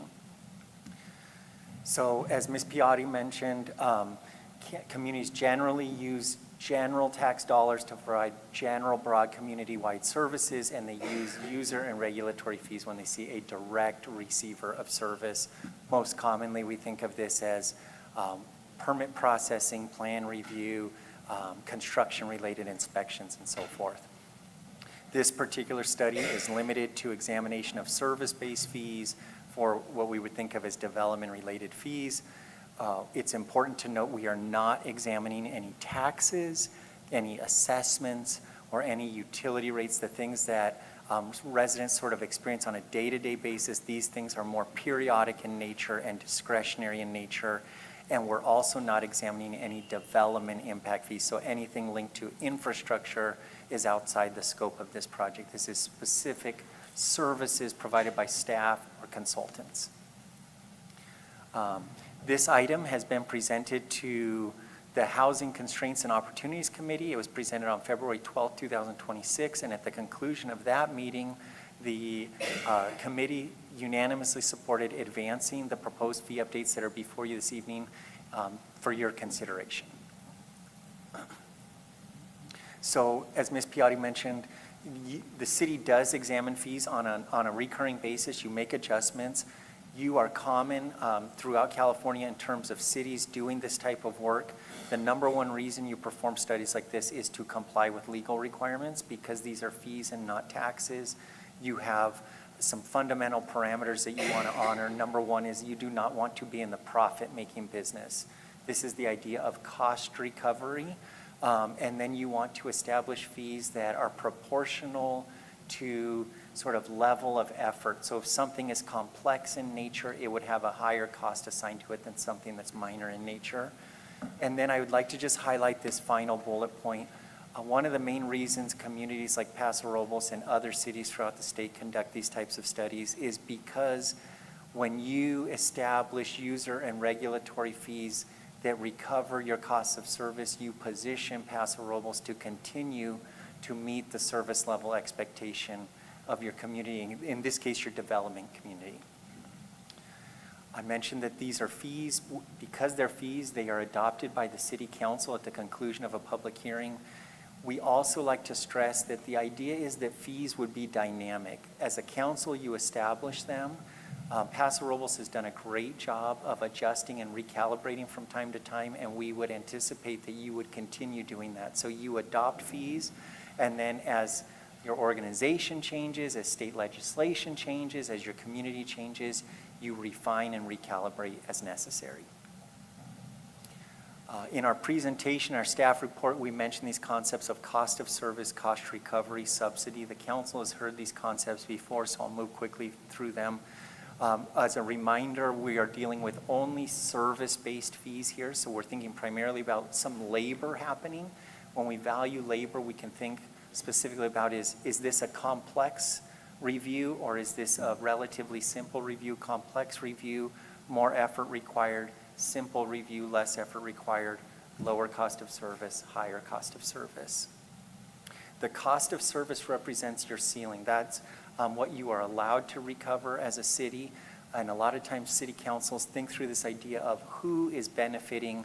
When they understand what is the cost of service, then they make a decision about, do I want to recover that cost from the receiver of service or from the general public through tax dollars? And frequently what we see is in these development-related services, we see a very direct beneficiary, and so councils typically do target higher cost recovery levels. In Paso Robles, historically, you have targeted full cost recovery for these services. You have deliberately set time and materials fees, so you're trying to encourage high-quality applications, you're trying to encourage efficiency, and really just trying to say, I will recover the costs associated with this review, not more or not less. This study simply provides you an opportunity to recalibrate because it's been some years since you examined them closely. As a reminder on this slide, what this is trying to illustrate is that if the city incurs a cost, it can make a strategic decision to recover less than that cost, but it still incurs the cost. In a particular area that you recover less than full cost of service is sign permitting, review of permits for signs in the downtown area where you're trying to encourage community beautification and so forth. So you may choose to make deliberate policy choices to recover less than the full cost of service in certain areas, but you as a city still incur that cost. So now, specific to Paso Robles, what this study recommends, what's before the council this evening, is the continued use of primarily deposit-based billings. So what this says is when an applicant comes and requests service, you collect an initial deposit, you walk them through what they're likely to expect, and you tell them if there's deposit funds available at the conclusion of this project, they'll be refunded to you. If the project turns more intensive than anticipated, or it lasts over an extended period of time, we'll ask to replenish that deposit. You will continue that operation. And then when you have fixed fees for service, in some cases you use fixed fees for service. This is when the project is more homogeneous in nature and staff sort of knows what to expect from project to project to project. Those fixed fees have been recalibrated to align to your cost of service. Generally, full cost recovery is targeted from these fees because they're regulatory in nature and because we see sort of this clear beneficiary in terms of enhanced property values, enjoyment of the construction, and so forth. As staff provided an idea for the city council in terms of the impact on a new home development, and we mentioned this to the Housing Constraints and Opportunities Committee, this idea that we are looking at the service-based fees. There are a myriad of fees that apply, but most of them are linked to sort of infrastructure-related impacts of construction. And so for what you'll see is if you were to build a new single-family home, the fees will vary depending on the project and so forth, but to give an applicant an idea, there would be about a $3,000 difference in the total permit cost. This would vary from permit to permit, but this is to give you a sense of what's being considered here. So in terms of fiscal impact, because you use time and materials billing and you use a whole bunch of deposits, we're not actually proposing to modify a lot of your hourly billing rates. They've been modified from time to time, and so they still are really in line with your current cost of service. So what we're recommending to staff is to sort of monitor your development activity and make adjustments as needed, but your revenues will depend on the projects that come in the door. This is really a recalibration effort. I mentioned that because these are fees, they're adopted by the City Council at the conclusion of the public hearing. This is your opportunity to make that decision. If you have any questions or feedback from me, I'm happy to receive it. Thank you so much for your time and attention. Very good. Questions? Jared? Very good. Councilman Bausch. Thank you. So this is information, is this our public hearing tonight? Okay. Do we need to open a public hearing? We'll do that. Thank you. The fee differential from the 8,000 to 11,000, for example, an individual homeowner could expect to pay fees. Would there be any sliding scale for, say, a housing development of 40 or 50 units? That's currently not proposed. I think one of the reasons this fee has gone up is we hadn't done much tract development or single family over the last 20 years. In the last 2 years, we've done a significant amount. So we have a really good handle now on really how many hours it takes both to issue the permits and then to do the field inspection. So the building department's really comfortable with that number. That's based on real world data. And I'm still not sure that answers my question. Is it the same for one house as it is for 50 houses? Yeah, that's basically what we're getting off these master, merchant builders out at Olson. That's what it's costing the city to provide those services. Okay. Thank you. Okay, over here, any questions? And fees and things like that, because Fred, you have any questions? Councilman Strong? What if the builder is building the same unit, so that it's already been approved? Now it's the identical unit just going on a different lot. That's a cookie cutter lot. So I have some more information about this. Hi, I'm Devin with the building department. So this particular example is what we would have on our website for an infill lot. So just somebody that's building, this is deposit based. If it's really efficient, there are some opportunities for some partial refunds for the inspection deposit. So we were asked by the Housing Constraints and Opportunities Committee to look at the comparison of what we expect today versus what these fees are proposing.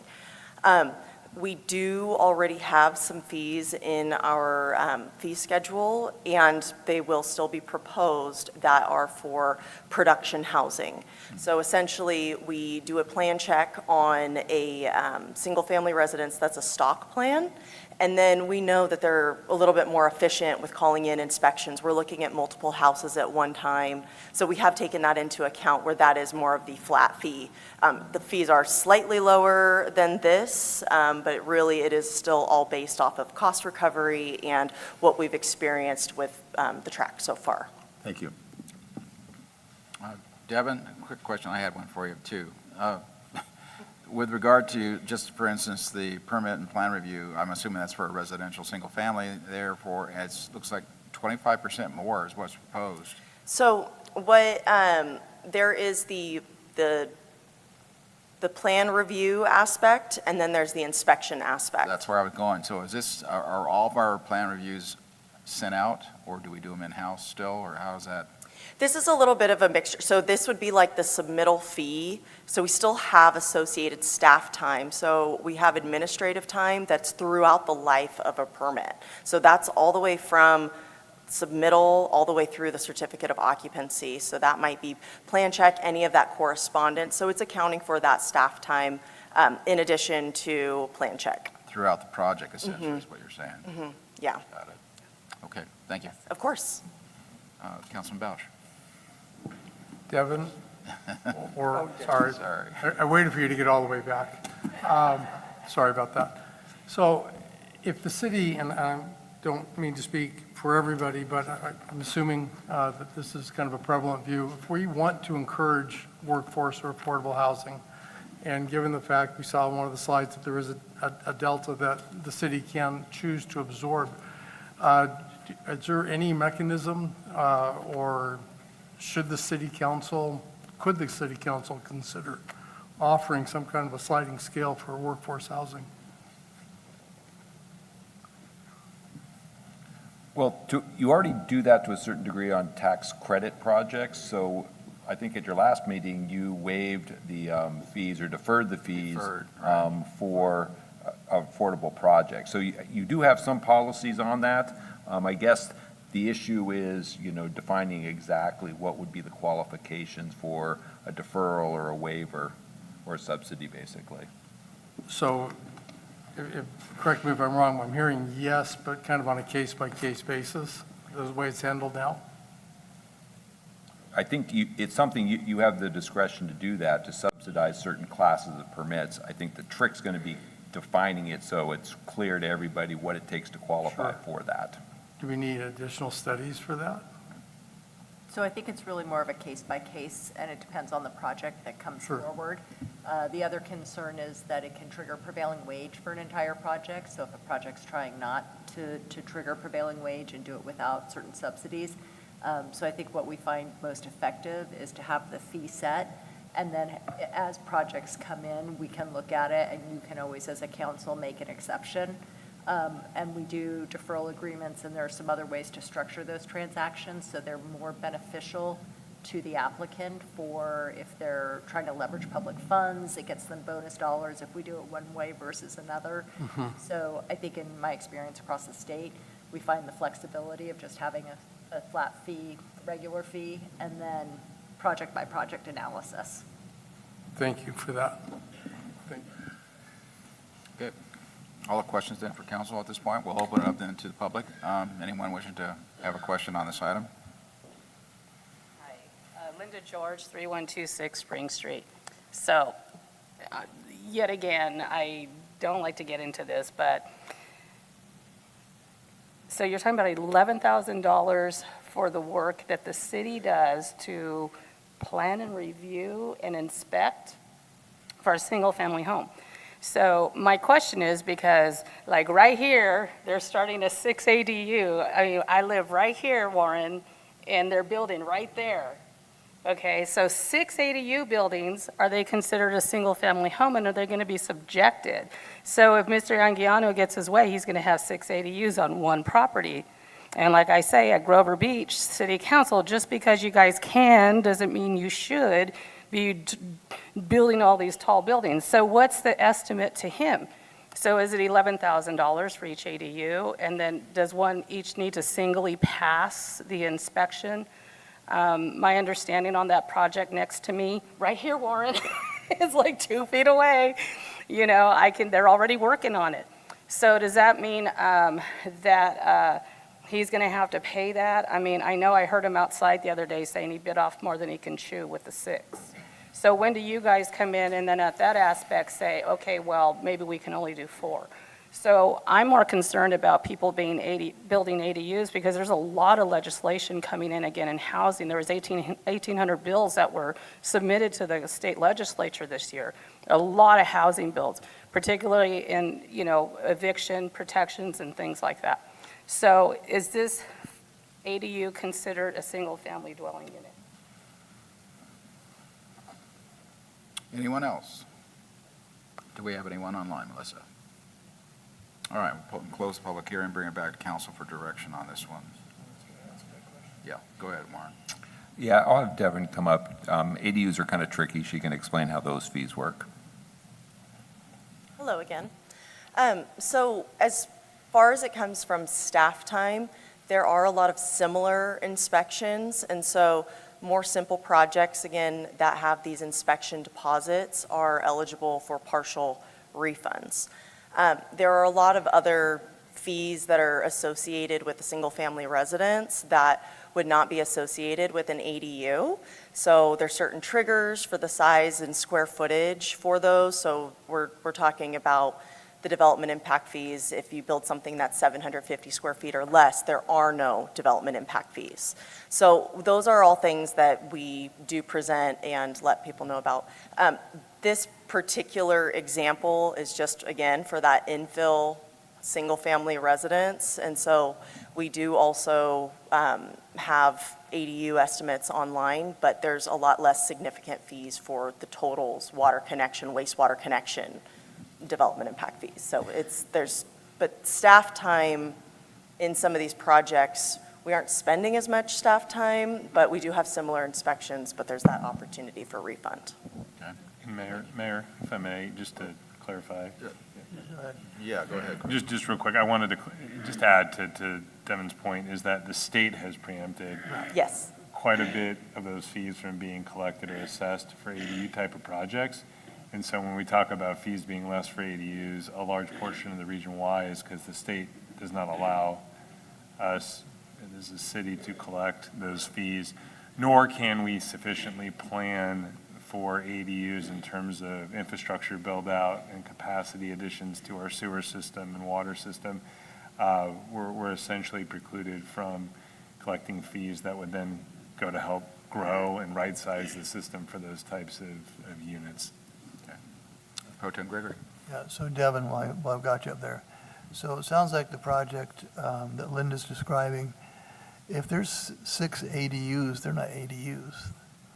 They're 6 small individual units. Is that correct?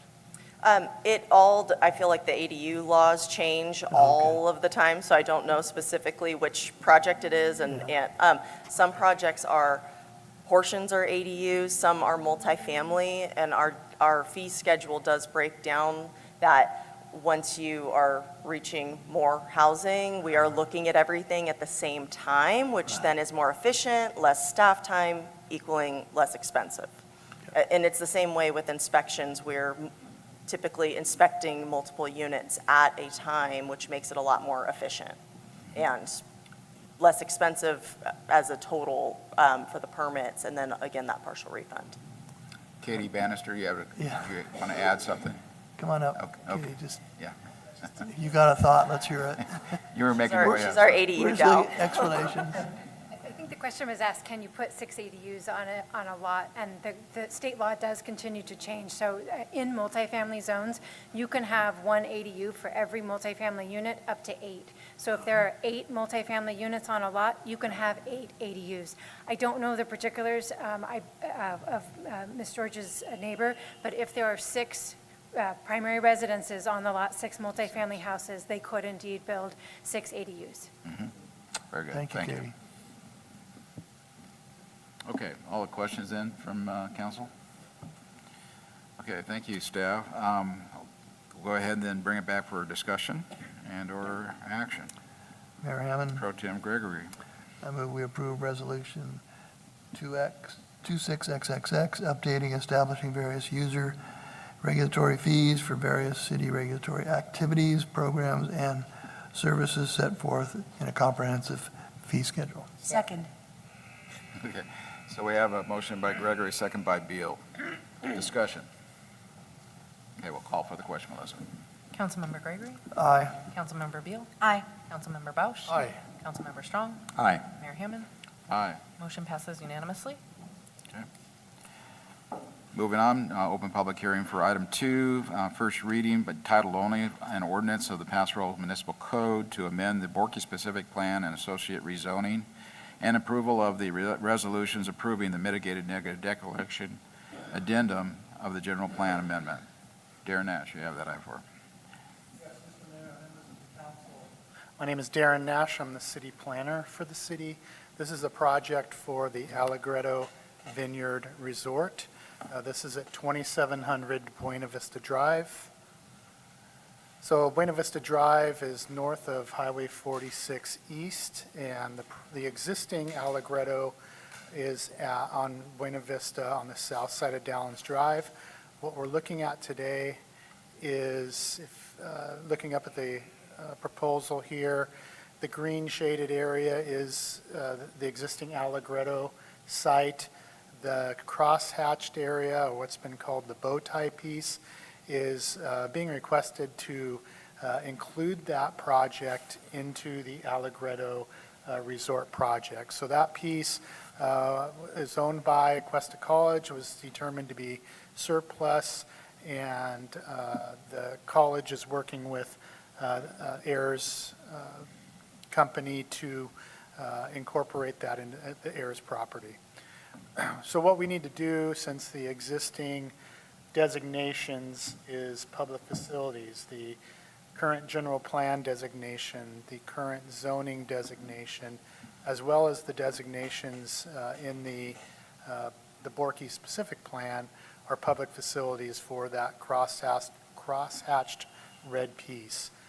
So we are looking to change the designations to parks and open space and add a resort lodging overlay. So that is what's being asked for the council to look at this evening, along with the development plan for the expansion of the resort, and along with the conditional use permit for operating the resort. And this kind of summarizes what I included. So what we're looking at doing is changing the designation. So back in 2012, so this has given us an idea of what was done in 2012 to accommodate the existing Allegretto. The piece that the resort currently sits on was originally zoned R2, multifamily. So back when Mr. Ayers came forward with this project, the Planning Commission, along with the City Council, had to go through a rezone general plan amendment to the Borky specific plan, and add that resort lodging overlay and change it from R2 to parks and open space. So what we're asking to look at tonight is to do the same thing for that cross-hatched bow tie piece, to bring it into the current designations to allow for the resort development. Also, going along with the development plan and the request for the changes is the approval of an addendum to the mitigated negative declaration. So in 2012, there was a mitigated negative declaration that was approved for the project, and the request of the expansion for this project is to, it's a 10.8 acre piece, to redesignate it, to approve the development plan and the use permit, and to approve an addendum to the original mitigated negative declaration for this additional piece. The matrix on the side goes through all of the different buildings proposed, their sizes, basically the project description for the expansion project. In terms of the environmental on this property, it's relatively flat. The roads are been developed on either side, the Dallin side and the Buena Vista side. Biologically, there was some minor surveys necessary for some species that are looked at into now that weren't back in 2012. So the biological report updated that. The greenhouse gas and air quality was updated for basically to list the best management practices for dust control, for construction noise, that kind of thing, was updated with the addendum. And then transportation was looked at for this expansion project. In terms of the CEQA component for transportation, the city's traffic engineer looked at it and evaluated that less than significant impact for vehicle miles traveled, or VMT. So the requirement for one of the things they did recommend is a transportation demand management plan for large events. That component was added as a condition of approval of their development plan and use permit. Site plan here is showing the large pink square building is the existing resort. The northerly buildings along the curved Downs Drive are what's being proposed at the addition. Some of those buildings are going over the current site, as well as incorporated into that 10.8 acre bow tie piece. We're looking at 93 hotel rooms, a conference center, a new restaurant, viticulture building, and other amenity structures for this new expansion plan. This is the site plan, and it's showing the phasing of the project. Phase 1 is up towards the corner, would include additional rooms, the convention center. The architect is in attendance tonight and will give you more of a specific rundown of the project and the phasing components. Era Studio Architects is involved with this project. They are here tonight, will provide a presentation. This project was taken to the Development Review Committee. It was also taken before the Planning Commission.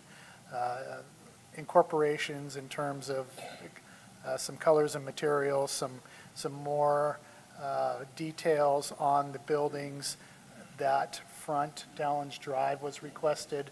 Those have all been included in these plans and were included were included with the Planning Commission presentation, and the Planning Commission in the end recommended that the project move to the City Council for approval. So the Planning Commission reviewed this on February 24th. They, on a 6-0 vote, recommended that the council approve the resolution for the mitigated negative declaration addendum, approve the authorization of the general plan amendment, and they approved that the council move forward for first reading an ordinance for the specific plan amendment and the rezone. They also approved the resolution authorizing the development plan and the conditional use permit for the project. There are a couple specific changes to a couple of the engineering conditions. Our city engineer has been working with the applicant to change some wording in the recommendation or the conditions of approval related to off-site improvements. Those are included in red. Again, this is just specifics and also some language referring to the ability to have a reimbursement agreement for the heirs for off-site improvements that they're doing beyond what's necessary for their project. Darren, So- could you read those, because it's too small for us to get to them? Sure, there's, one of the changes is there's some curb ramp work that, curb ramp extensions that has been added to the condition. That's that letter A in red that was added, and then the bottom sentence was regarding that reimbursement option there. And then in the second condition, again, was a curb extension and median. This is dealing with Buena Vista Road and Experimental Station. But it's more specific detail about the construction of median extensions and bulb outs. Very good, thank you.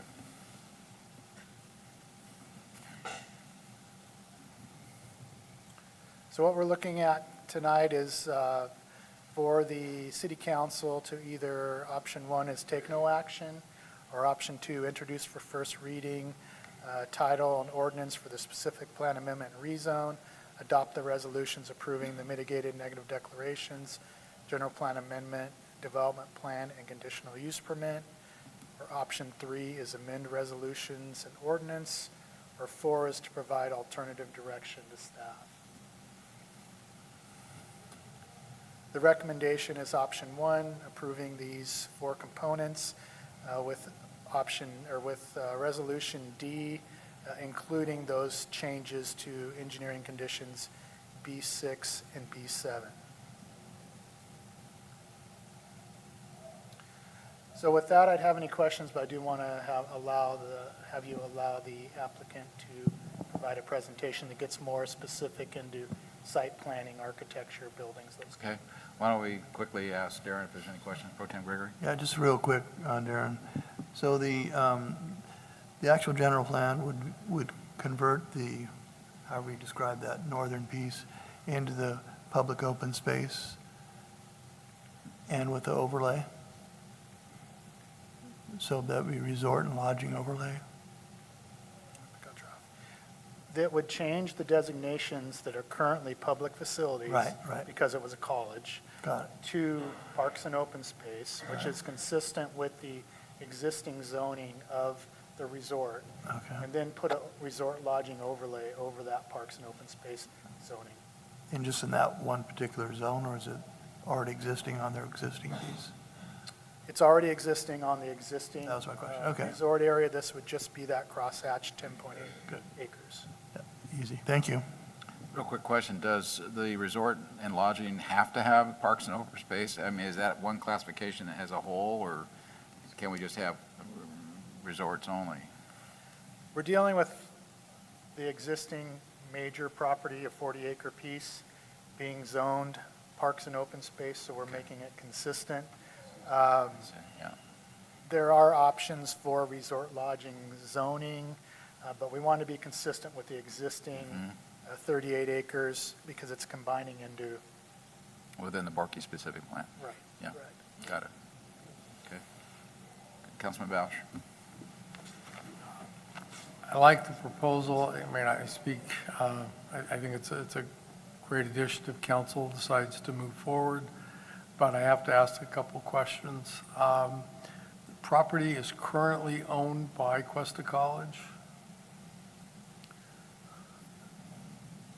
From what I understand, the heirs company is in, working with the ownership to. Transfer title. Transfer it, and Mr. Ayers is here, and I'm sure can provide more specific. And I almost Status of the hesitate to transaction. ask this question, but hopefully they can address this. If it's owned by a community college district, does that trigger any Surplus Land Act considerations that have to be met? It does, and Okay. that process, went through that process. We wanted to Perfect. make sure that before we went through development plan and changes, that process had been completed. Way ahead of me. Thank you very much. And then, I'm not sure if it's this particular piece is impacted, but when that site was donated to Cuesta College, there may have been a deed restriction on if it ever changed use. It may revert back to the donor. Was that addressed? And I may be mistaken on that site. Yeah, I'm not familiar with. Yeah, so that would be an issue between Cuesta College and the purchaser. It wouldn't impact our ability to do the entitlements, which is all we're being asked. Why? We have land use authority. We are not looking at the title issues. Those are between Cuesta College and the purchaser. So if there's a deed restriction that prohibits them from doing this, we can still entitle it to do it. They may not be able to develop it. That would be enforced under the title insurance policy. If it did, and I'm asking not to argue with you, but if the land goes back to the original donor, does that change its zoning as well? No. Okay. It would remain a public facility. So if it remains public facility, would it be better to wait until that was sorted out, if it needs to be sorted out? Sorry, there's And a. hopefully it doesn't. You can wave at me, that's okay. Wave me off, wave me off. Quiet. No. Okay. So right now, it's public facility. If they sell it and he wants to develop it as a commercial property and there's a deed restriction that prohibits that, he'll get sued by whoever Excellent, donated the land. perfect, thank you. It won't impact us. If we change it to hotel and resort and he owns it and they find out that he's done that, he'll get sued and it doesn't impact us. That sounds good, I just appreciate that answer, thanks. Okay, any other questions from council? Maybe if we can have the architect come up and do his presentation.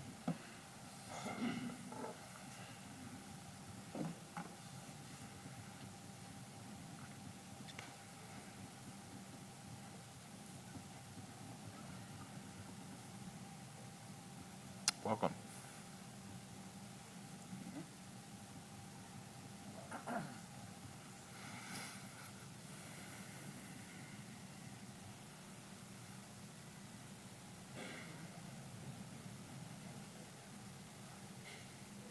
Good evening. I'm Tom Jess with Eris Studio Architects. We're here representing this project. The owner of the project, Doug Ayers, is also here. He's in the audience. If there's anything that I can't answer, he certainly can. First off, thank you for having us here. This is going to be this is a very exciting project. It's something that is going to expand an already impressive resort that's here on the site. Just to clarify what we're talking about, I think the Google Earth image does a pretty good job of explaining what we're looking at. The bow tie portion up at the top is the expansion area, and the existing Allegretto Resort is the building on the lower portion there. This is the proposed site plan, and I'll walk you through each of the different areas and kind of explain what we're doing there. But just real briefly, this area up in this portion here is the conference center, and the pickleball courts are up in that portion there. The spa hotel is located right there. And then moving east is the Allegretto Hotel. And then there's a piazza over there that's anchored by the Allegretto Piazza on one side, a small building that we'll walk through, and then the Abbey on the other side. Up in the upper portion are the villas. We'll walk through those. And so as staff mentioned, we have gone through the presentation to the DRC and to the Planning Commission. I just kind of wanted to walk through some of the changes that have been incorporated through that process. So one of them is we did remove the solar canopies in the parking lot and added more landscaping, so it's a natural shading of the parking area. We did that on both of the parking lots. There was a sound wall or a wall that we had constructed there, and I think this is more just a technical, or we had it labeled as 22 feet tall, but that's too tall. So we brought it down to 7 feet tall. That was a comment that was made there. And then also we added some dense arborvitae landscape screening over there on the end of the property there, where there is some construction in the kind of the back of house type area. So we screened that area there. So now I'm just going to kind of walk through each of the different buildings and different areas. So the conference center and the pickleball courts, you can see it's a large building with the grand salon, the meeting rooms. This is a big conference center. We've incorporated the pre-function space along with the concourse and the arcade. And there's some big catering kitchen that would serve both of those banquet facilities. And then the architecture of the buildings, you'll see as we walk through, builds off of the existing Allegretto architecture that's there, which is the lime plaster, the clay tile roofs, the Italian look and feel, the extensive ironwork and the black wrought iron type of look and feel to it, and lots of the stacked stone as well. So I'll kind of walk you through that. So we'll start with the conference center here. You can see the arcades that have the elliptical arches that carry you through on either side and kind of create that shade and that shadow space, so it's not a direct sunlight right into the spaces there. And then there's the very clear entry element with the tower element there that you'll see from the parking area to make it really easy to identify. The other area, this is a really exciting one. This is the spa hotel. It's something that's not anywhere else in Paso Robles or North County. So it's a very large, full-service spa. Has treatment rooms, indoor pools, outdoor pools, a fitness center, has some retail shops for the guests that are there, and a small event pavilion. It's all kind of centered around the garden area. So the entry to the hotel would be through the concourse. Up through there, there's a lobby there, and then on the upper floor, there's guest rooms across the back that go across the back. The building elevations, you can see the courtyard's on the south side of the building, and we have the one-story buildings on the south side, so there's going to be lots of light coming into the courtyard, and then the three-story hotel on the back side of that. This is the side facing Dallins, and this is another area where we got some feedback from the DRC that they wanted to kind of spruce up the back of that area there. So what we did is we broke it up into bays, added more windows, and really kind of enhanced that back elevation that came through the comments of the DRC. So that's an example of the project being made better as we went through the process. The next one we want to talk about is the Allegretto Hotel. This one is kind of a use or a kind of a donut, but you would enter there on the left where it says lobby. And then one of the things that makes the Allegretto Resort really special is that it doesn't feel like a regular hotel. It feels like you're walking into a palace or like a big country estate. There's the there's the rooms, the living rooms. So that's going to carry through here as well. And then there's a theater in there, but the guest rooms are on the first floor and on the second floor in this one here. And this is a 2-story one. And you can see that big courtyard with the grand staircase anchoring the end of it as you come through to kind of terminate your view through there. And this one here is another one that you can kind of see that this carries through that same type of architecture. And it's the third elevation from the top is the one that we received feedback from from the DRC. This was the one facing Dallins.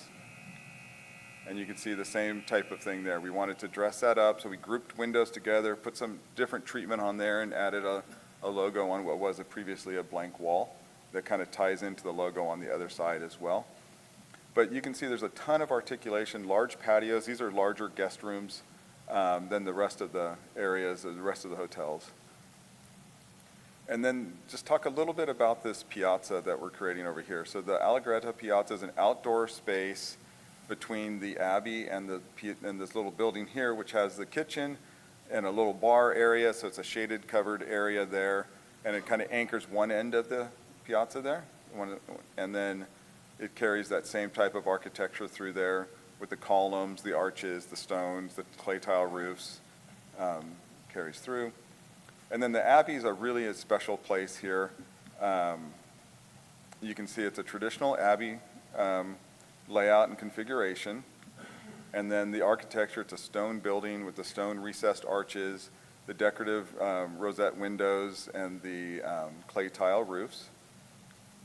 And then just real briefly, I'll talk about the villas. The villas are a little bit different resort or different housing opportunities rather than just a hotel room. You might want to stay in a 2-bedroom house.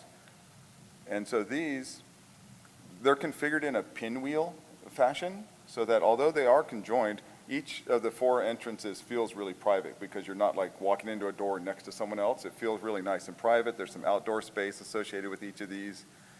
And once again, the architecture has that stone feel, very similar, kind of an upscale look and feel to them. That's really the intent there. And then just one thing that's really important is that it's not just the buildings themselves, but the entire grounds that really enhances and creates that atmosphere. So even little things like the outbuildings, like the pickleball court, there's a little storage room over there and some restrooms, and then the pool building has the pool bar and stuff. That same architecture and care and attention goes into those buildings as well. So it really is a full encompassing architectural look and feel to the resort, and I think that it's something that we're really excited to see coming. So with that, I'll wrap up the presentation, but happy to answer any questions you may have. Thank you very much. Tom, real quick, on that very upper right, I think it looks like 16.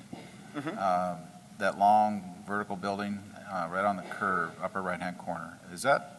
What is that exactly?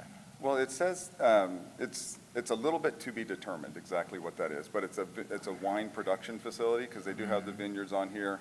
So there would be some wine production, and also the equipment yard would be back in that area there. Yeah, that's what I thought. Okay. Also, there was originally, I think we were discussing some way to get off of Dallins Drive to some of the properties off of Experimental Station with an easement. Did that ever get worked out, or what happened on that? It did. It's fine. It's part of this. There's an easement, not all the way down, but across in front of number 12 and 16. There's an easement that runs through there to connect through. And Warren can talk to any plans beyond that. But I know that we've incorporated the easement. There is a way to get back there now. Okay. Yeah. Good. Councilman Strong. Yes, does the new design in any way affect the existing meeting rooms that are in the current hotel? No. So they are not going to be changed? They'll still be available as part of the whole convention center complex? Yes. Thank you. How many total rooms did you end up adding to the project? I believe the number is 93. 93 more rooms. Correct. And then what is Allegretto up currently at? I think it's about 220. 220, okay. I had another question, and I just lost it. Any other questions though from council real quick? Just have a couple comment? Yes, well, Oh, questions yeah. only at this point. I'd like to give Doug an opportunity to come up if you'd like to say something about his project as well. Doug, would you like to say something? Thank you.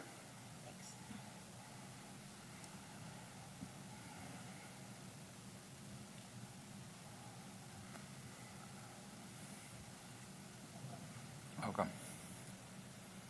Live? Okay. Good evening. I'm Douglas Ayers from the Allegretto Vineyard Resort.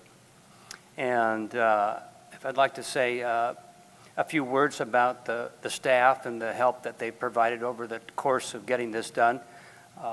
Darren and Leslie and the team and Warren, it's a lot of work getting these things done, and they did a good job. Yeah. So. It's a beautiful project. On your phasing, from first to last, what's the time frame? Do you think roughly are you kind of Oh, envisioning? it's like 2 years per Section? we think, yeah. Yeah. Yeah, that's going to be a beautiful addition to your property already, so. Thank you. Okay, thank you very much, Doug. Good. I like it. Keep it short. Anyone, we'll open it up to the public. Anybody wishing to have a question on this one, please come forward.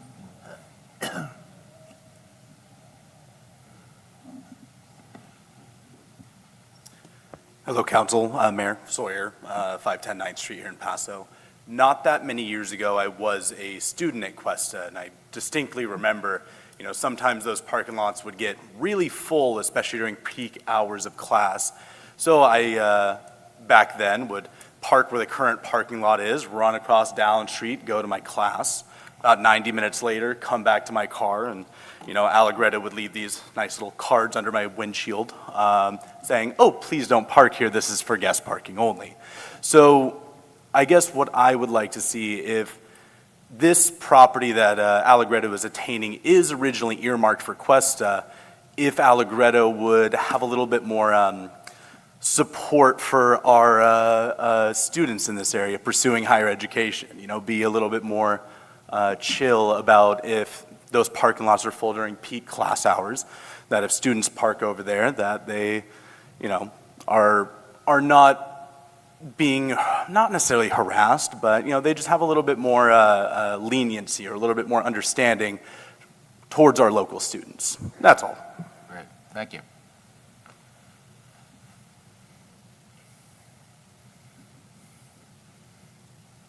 Steve, welcome. John. Steve Iorio. I hunted a lot of birds in that section, a lot of birds. I'm just north of there. I really like what's going on. I'm concerned about driving access off of Dallins, and I'm concerned about the when they started Allegretto, the street is wide up to their driveway, and then it steps down all the way to Dallins. I think that whole road up Buena Vista should be the same width. And I think you should have some access off of Dallins into that project. But I like the project, and I think it's a good thing for Paso. Very good, thank you. Anyone else? Okay, we'll close public comment. Anyone online? No, sir. Okay. Warren, we did have a question, and maybe we could address the street width on that Dallins Drive. Doesn't that have a center lane, or is it just two lanes? There is a lane drop between Experimental and the entry to Allegretto. So that lane kind of becomes kind of a turn lane into Allegretto. So we start with 2 northbound lanes, and at the driveway, we're down to 1 northbound lane. Okay, yes. No, what I'm talking about, I think what Steve was asking was on Dallins. As we turn off of Buena Vista, turn right onto Dallins, getting off of that into the property, is that a 2-lane with some parking on it, or is that just strictly 2 lanes only? I think it's 2 lanes with a center turn lane. That's what I thought. There's a center lane on that, which would allow in and out much easier, kind of what we're going to hear on this Crescent Road project too. So, okay. Yes, go ahead, Chris Beal. I think this is a really nice project. Obviously, the land use is consistent with the neighbor. It makes a lot of sense. I think these are beautiful additions, and we need the meeting space. And I live in Paso Robles, so I don't go to hotels very often because I live here. But I had an occasion to go to an event at Allegretto and then have breakfast with some friends. And I was really amazed at all of the people that were around. It was a cold, winter, foggy day, and the place was filled with interesting people from interesting places. So congratulations in creating a very different experience here in Paso Robles, and I think this is a good addition. And I just want to express my condolences for the accident that involved your team members. So thank you. Any other questions? I have one more before. Chris Belch, do you have a question? More of a comment. Comment, okay, let me ask this real quick. Warren, on the villas, are those restricted to less than 30 days, or can they be over long-term, in other words, and specific to TOT? Yeah, everything is a lodging product, so that means it's restricted to 30 days or less. Or less, right, very good. Okay, Chris Belch. Just looking forward to the additional event space, the events that I think most of us have attended out at Allegretto are always something to look forward to.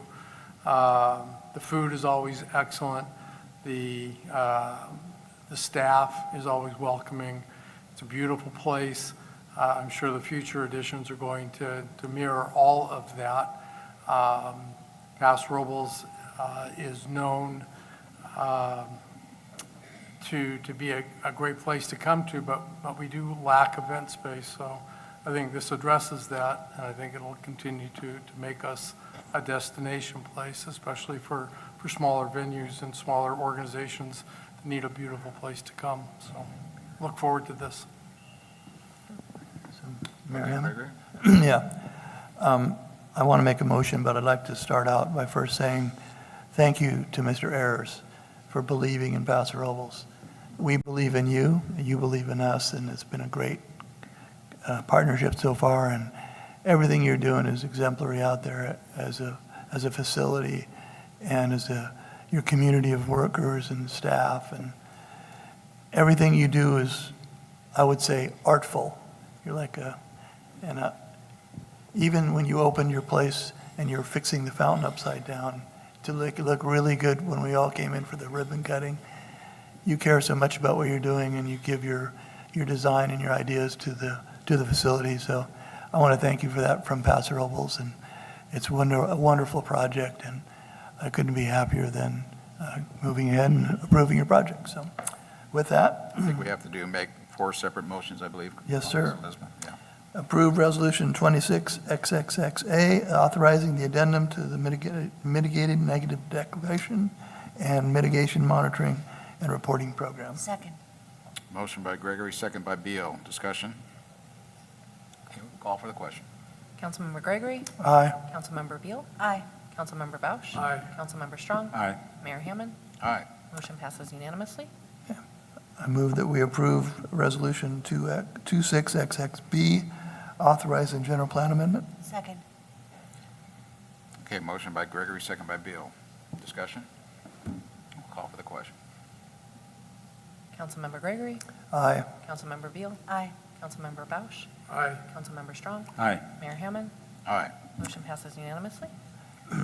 Introduce the first reading by title only, ordinance XXXX, amending the Paso Robles Municipal Code to authorize a specific plan amendment and rezone designation. Second. Motion by Gregory, second by Beal. Discussion? Call for the question, Melissa. Councilmember Gregory? Aye. Councilmember Beal? Aye. Councilmember Bausch? Aye. Councilmember Strong? Aye. Mayor Hammond? Aye. Motion passes unanimously. And finally, approved Resolution 26XXX-C, authorizing development plan and conditional use permit for the project. Mr. Mayor, just a point of question. We did a recommendation to add the following amended conditions to that motion. Included in that motion. Second. Okay, motion by Gregory, second by Beal. Call for the question. Councilmember Gregory? Aye. Councilmember Beal? Aye. Councilmember Vouch? Aye. Councilmember Strong? Aye. Mayor Hammond? Aye. Motion passes unanimously. We're looking to get open, Doug. Let's go. Thank you, Doug, appreciate it. You want to take a break? Okay, how about, 8:30, we'll be back, 10 minutes.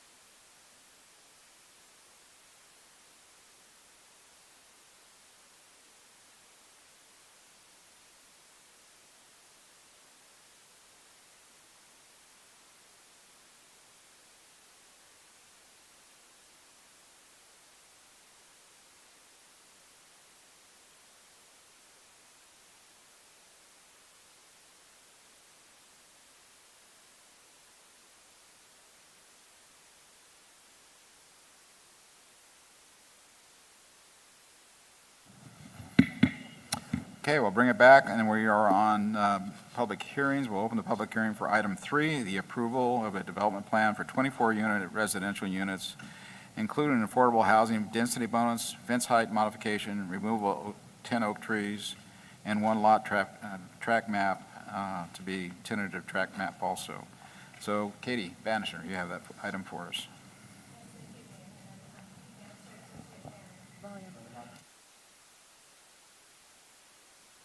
You've already noted this is a residential project proposed at 420 Creston Road. You did open the hearing for this item on March 3rd, and the item was continued at that time. You did not hear a staff report or any public comments at that time. So the project is located at 420 Creston Road. You can see River Road there running somewhat north-south, and Creston Road, so just east of River Road. It's a property that has been vacant for many years. It is in the R2 zoning district. That's a low-density multifamily district. There is, I'll note, an oak woodland and a seasonal creek that drains to the Salinas River down at the southern extent of the property. There are 24 dwelling units proposed. They are each one is a 4-bedroom condominium, and that is in 12 duplex buildings. So 12 buildings, 2 units in each, for a total of 24 dwellings.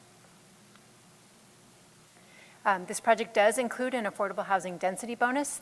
The zoning would allow 20 density units on the site. 1 unit of those 20 will be deed restricted to a very low-income household. That will be for 55 years. A very low-income household makes 50% of the median income for the county. That does, by state law, entitle the applicant to an additional 4 dwelling units, so 24 units are proposed, and 1 concession of a development standard. In this case, the applicant has requested to not build an on-site playground, which would be required for an entirely market rate project. I've changed the orientation on you, so now north is to the left. That seasonal creek is there on the right side. There, as I've said, 24 dwelling units proposed. Each is a 4-bedroom unit. Each has an attached 2-car garage. And then there is a subdivision map that is airspace condos. So it's a single lot, and then through a condominium map, there will be, each unit will be for individual sale. The project does meet its parking requirement, which the required parking is 53 spaces, 2 spaces for each dwelling unit, and 1 space for every 5 dwelling units for guest parking, which totals 53 spaces. There are actually 61 parking spaces provided. That, as I said, each unit has a 2-car garage, which totals 48 spaces, and then there are 13 uncovered spaces. Yeah, I have an animation there shown now in red. Along the front driveway, there'll be 13 uncovered parking spaces for overflow from each residence and then for the guests as well. I wanted to point out that there is a fire department turnaround. I think that was a question in one of the comments that we've received over the last few weeks for the project, both when it went to Planning Commission and before the hearing 2 weeks ago. There is a fire department turnaround, so the project, if a fire engine needs to respond to the site, there is a location for both fire trucks and the garbage truck to turn around to exit the site. So I'm not going to belabor the architecture because the applicant's architect is here, Rebecca Newman from Eris Studios, as well as the same architecture firm that designed the Allegretto expansion. So buildings 1 and 2 that face Creston Road, the closest buildings to Creston Road, will include porches that face the public right-of-way. And then this is a quick glance at the side and rear of the lot. So the garages will face internal to the site, and most of the units have their front doors on the side of the buildings. Here's a quick look at the colors and materials that are proposed. There are several different color schemes, and again, Rebecca will go through these in more detail, but there's a combination of different, largely the same floor plans, but with some alterations to the exterior materials. The project is required to provide open space. They have opted to provide just private open space, which is allowed. So each unit has at least 250 square feet of private open space in a backyard. And in fact, each of those backyards is larger than the minimum. As I said, or alluded to in a previous slide, a project of this size, if it was a completely market rate project, would have to provide an amenity, a playground amenity, sometimes called a tot lot. It would have to have 3 pieces of equipment. The applicant has requested to use their density bonus concession to omit the playground from the site. There is a condition of approval that would require the rear area of the lot, that undeveloped area, sort of between the residences and those oak trees, to be available for the tenants to use. If someone wanted to fly a kite, there would be some area to explore for children, but it wouldn't be a formal tot lot on the site. There are 10 oak trees proposed to be removed with this project. The council approved a project for this site about 5 years ago, and that did include all of these, or 9 of these 10 oak trees to be removed. Staff is not recommending that we sort of unring that bell. Unfortunately, the one tree that was intended to be removed, tree number 6, the large oak tree, was really, really a beautiful tree, was damaged in the river fire in 2020, and so it is no longer salvageable. So now all 10 trees are proposed for removal. As designed, none of these trees would survive the construction damage.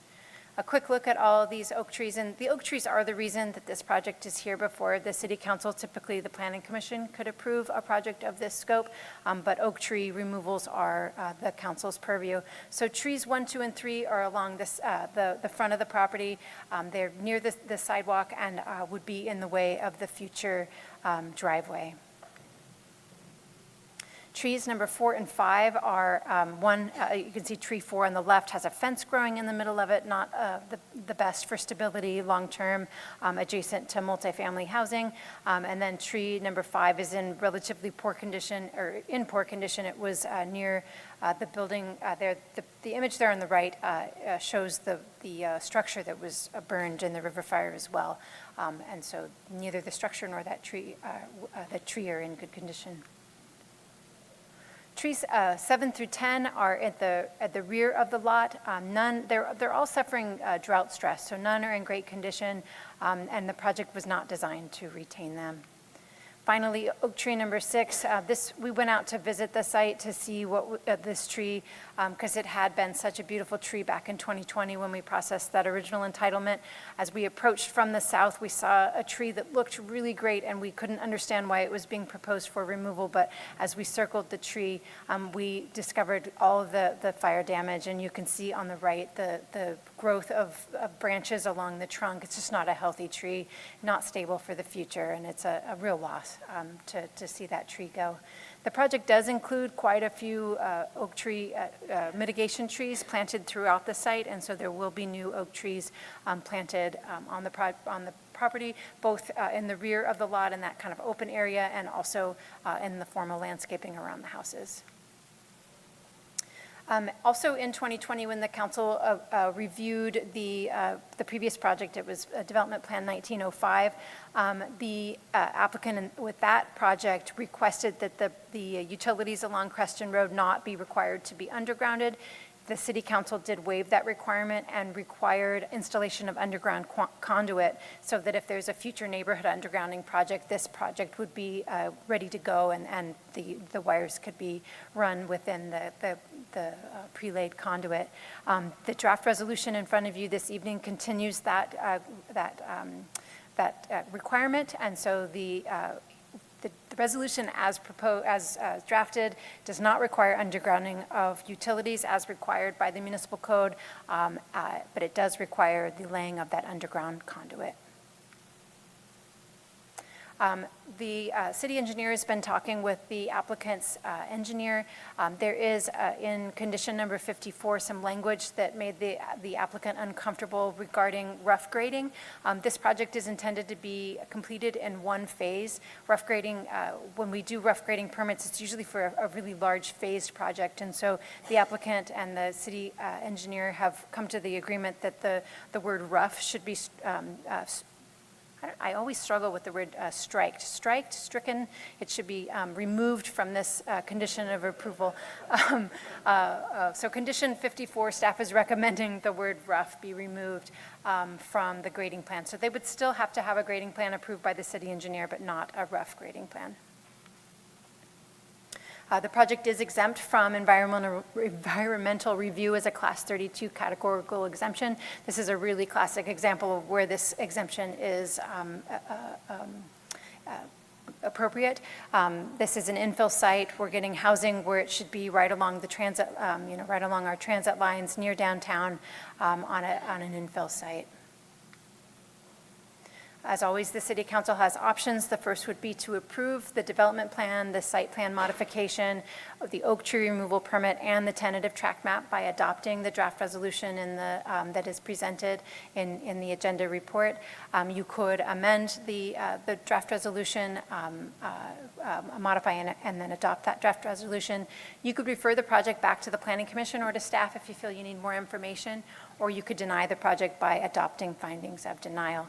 This is an affordable housing density bonus project, and so there are some limitations to the modifications the council can make. The courts have been very deferential to affordable housing density projects, and when an applicant requests the concessions and the density bonus, the city has very limited options on rejecting those requests. Thank you.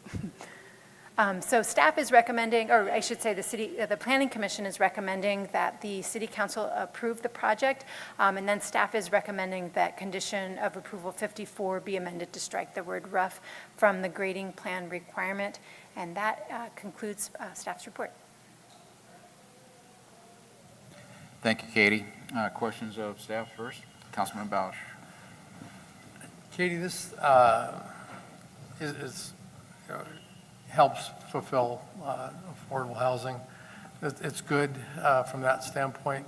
The only question I have is that given tree number 6 that was damaged in the fire, are there any special precautions that should be taken in case we have another river fire and that fire comes up that draw? It just seems like a natural place.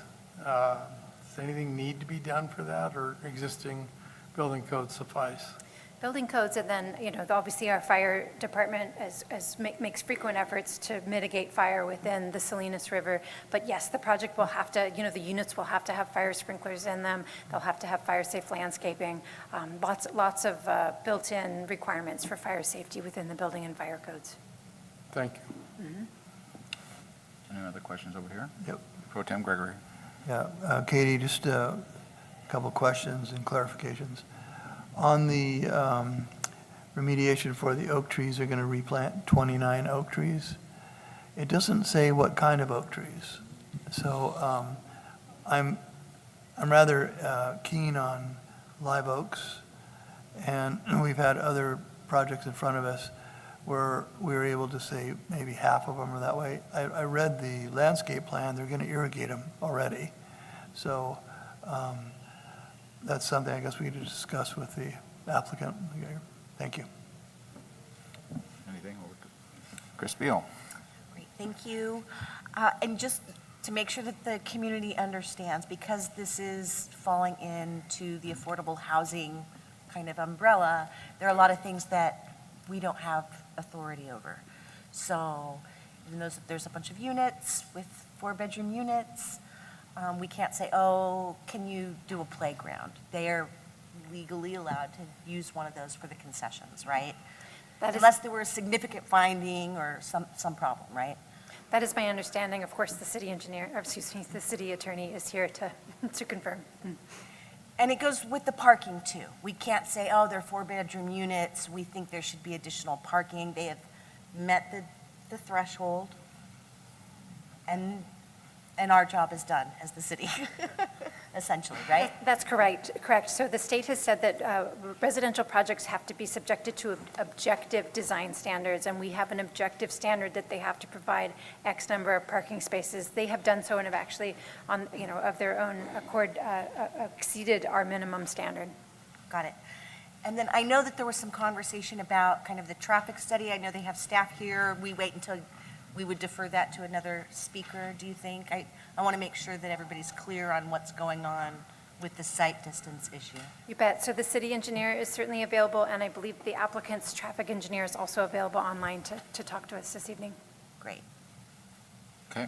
Katie, with a lot of the comments that we saw come in as far as this project, it was mostly that I saw about the parking, meaning, 4-bedroom home, 2 drivers, more than that, maybe 3, possibly 4, and each having a vehicle of some sort. And I know that essentially, I think per code, they are physically overparked for what the code requires for this. And I think, again, one of the things that was also brought up is that, when you get density like this, in particular like short-term rentals, we require that every room have a parking space on a short-term rental. So does having a density bonus change the parking requirements on a project like this, or is it just per our city code?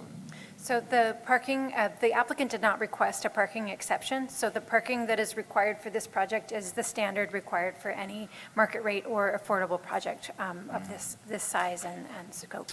And then getting in and out of the project on the Crescent Road, we do have a center lane there, right? So they can turn, eastbound and then also westbound to get going into the traffic if there's a way to do that. People were concerned about more traffic, obviously, and traffic flow. So I think now that we have Crescent pretty much taken care of, that center lane is going to help a bunch with this project. Definitely. There is also a condition, the applicant will have to work on site distance, and if the site distance can't be repaired, they will be limited to right turns Right turn only only, out of, but that is, the expectation is that they will be able to address the site distance issue. And the other thing too about, this is basically a private, do they have like CC&Rs? In other words, who's going to control the number of vehicles in the project? Is it a group? It's not the city, correct? The project will have to have an HOA. In order to have a condo project of this size, you have to establish a homeowners association. I have not provided any conditions in the draft resolution that would limit the number of cars. If you wanted that to be a requirement for it to be in the CC&Rs, I think that's within the realm of what the city can require, but I'm, as always, looking over to Elizabeth to make sure that's accurate. So is there anything specific language that we have to put in there, Elizabeth, for making them do a CC&R with regard to parking, number of vehicles? Or is that up to them essentially? In other words, we don't. I think it's up to them Yeah. essentially in this case. They've met our parking requirement. The density bonus limits our ability to impose additional requirements upon them. And so I think that they've satisfied their requirements. Right. I think the city stays out of those kind of agreements. It's just that we Yes. parked it per our code, and it's up to them to enforce their own rules. So, okay, Chris Actually, I'd like to weigh in on this point because it's important. We have a situation with another similar-ish project that's probably 20 years old. Same thing. They have garages, they have lots of spacing, parking, they met the rules. And what's going on is that there are a lot of restrictions in the CC&Rs that says you can't park here, you can't park there. There are sort of internal restrictions in the CC&Rs. Add that into people not parking in their garages because they want to use it for storage. It has really created a problem that is cascading and cascading and cascading. It's a problem for the people that live there. It's a problem for the neighbors. It's now a problem for us because it's taking a lot of time to figure out if there's anything we can do. So if there is something we could do in terms of a condition of approval to somehow, to influence how these issues would come out in the CC&Rs to try to prevent real problems, I would certainly be for that. Is there a way that we could do a conditional use permit on the project to regulate things like that if they get out of control? In other words, those streets in there are obviously fire lanes. You can't park in them, but I'm sure you're going to see that happen. So how does the city get involved if there's a complaint? I believe a lot of the, like, as you noted, the lanes are too narrow for parking, and so they'll have to have red curbs. Right. If the fire department or the police department received a call, I assume that they enforce on private property in that way. I believe that's correct. Okay. Yeah. Okay, all right, then that's, any other questions here? We'll open up then to the public for any questions or comment on this item. And the applicant does also have a presentation if you'd like to see Sure, it. let's do that. Let's get the app, thank you.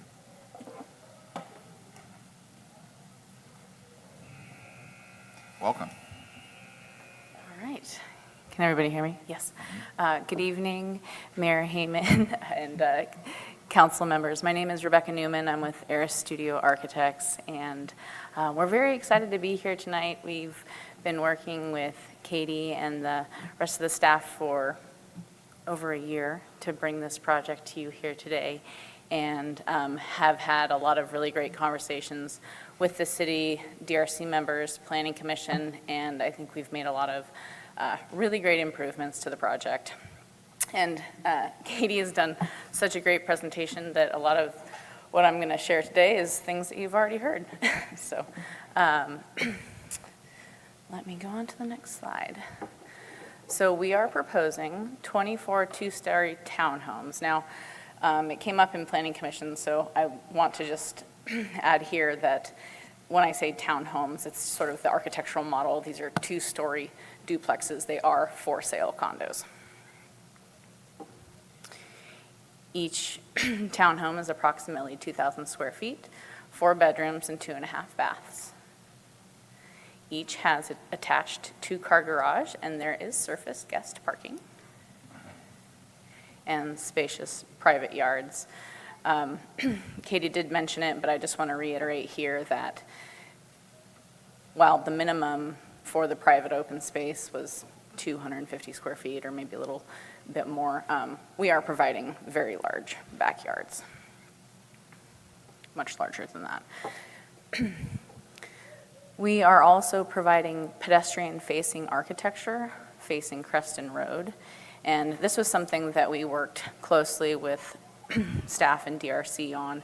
And so what this means is that you have front yards, front porches facing Creston Road instead of the tall backyard fence. And we also have provided walkways to Creston Road, so it makes it really feel like more of a neighborhood. And with that, the 2 buildings there, 4 units, they have their front yards, front doors, porches facing Creston Road, and they also have low horizontal fencing, so very approachable and not kind of segregating or separating itself from Creston Road.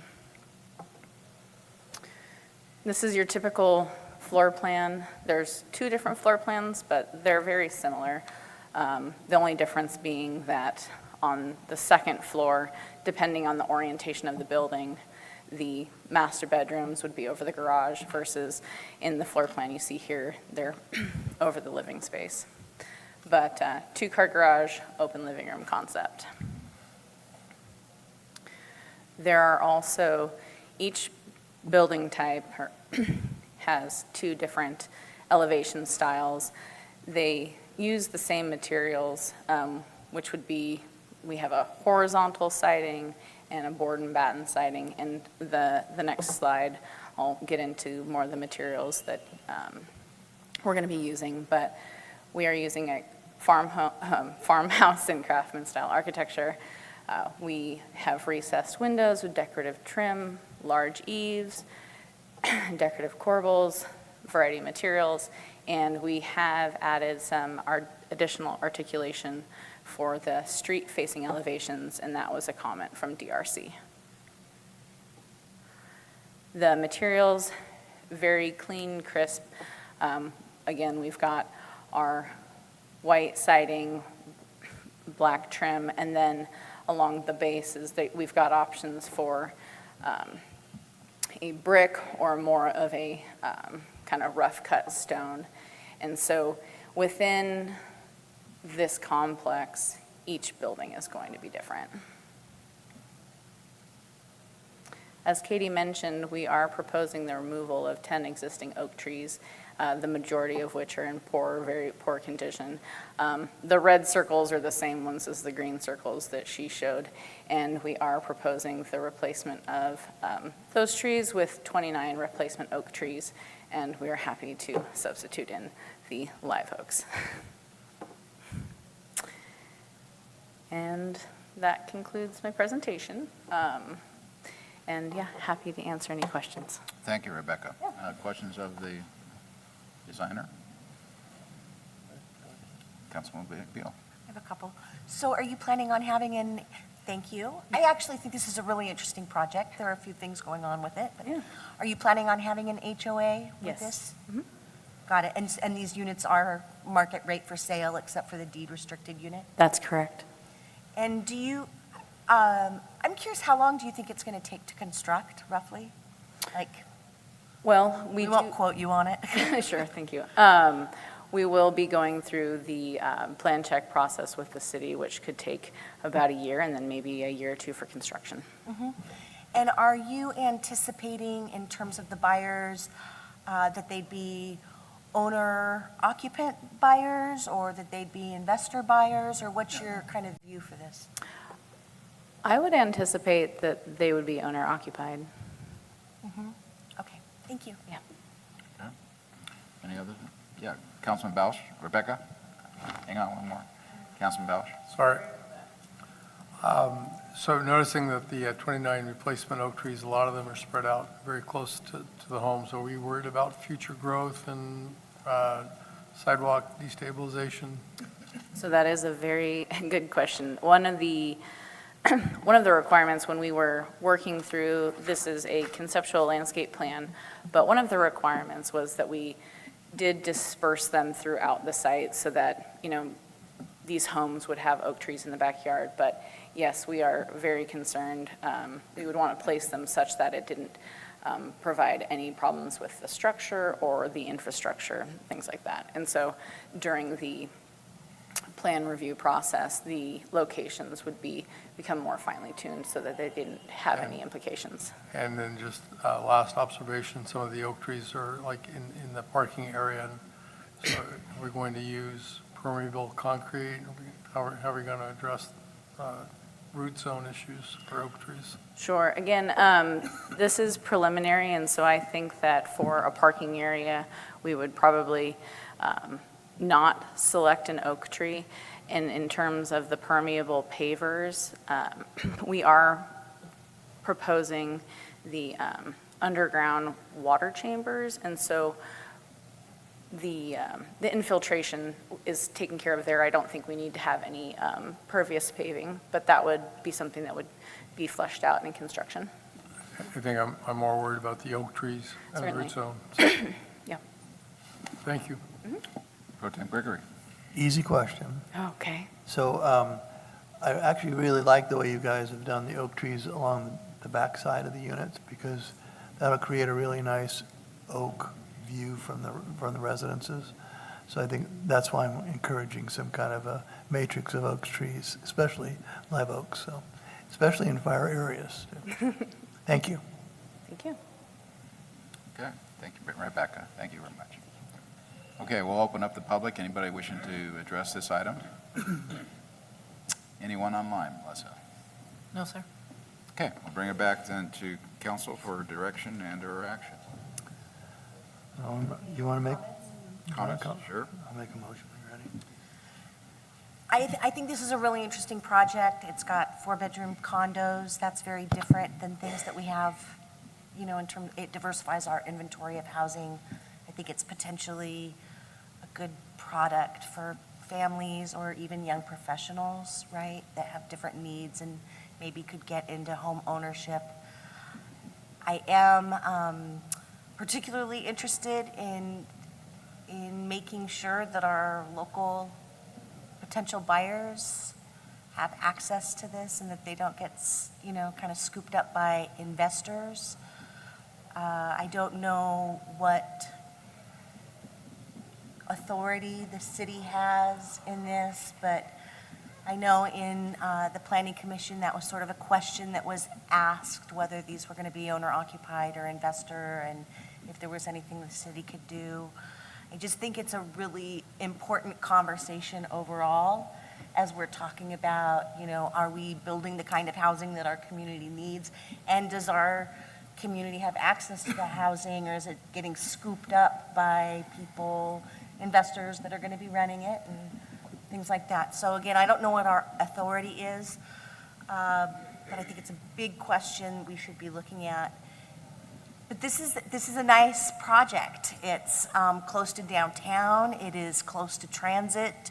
It could be very, very attractive for a certain type of resident, and could be an opportunity for a certain kind of resident. But yeah, I'm very interested on the HOA piece in making sure that we are not restricting, that we do not have rules on parking that's going to create a disaster, and/or that we are maybe requiring that people use their garages, because I guarantee it's going to be a problem, down the road. So I'm very interested in making sure that happens here. Great, thanks, Chris. Can I have Elizabeth address Chris's comments about who can buy these and?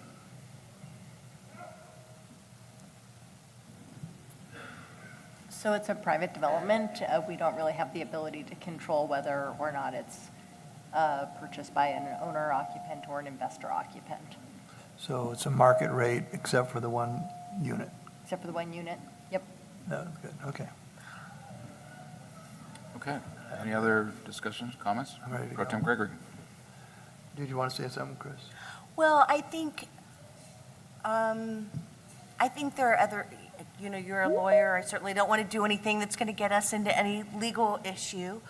I think it is worth having the conversation whether there are other jurisdictions addressing this through ordinance or other sort of policy that could incentivize, set aside X number of units for owner occupants.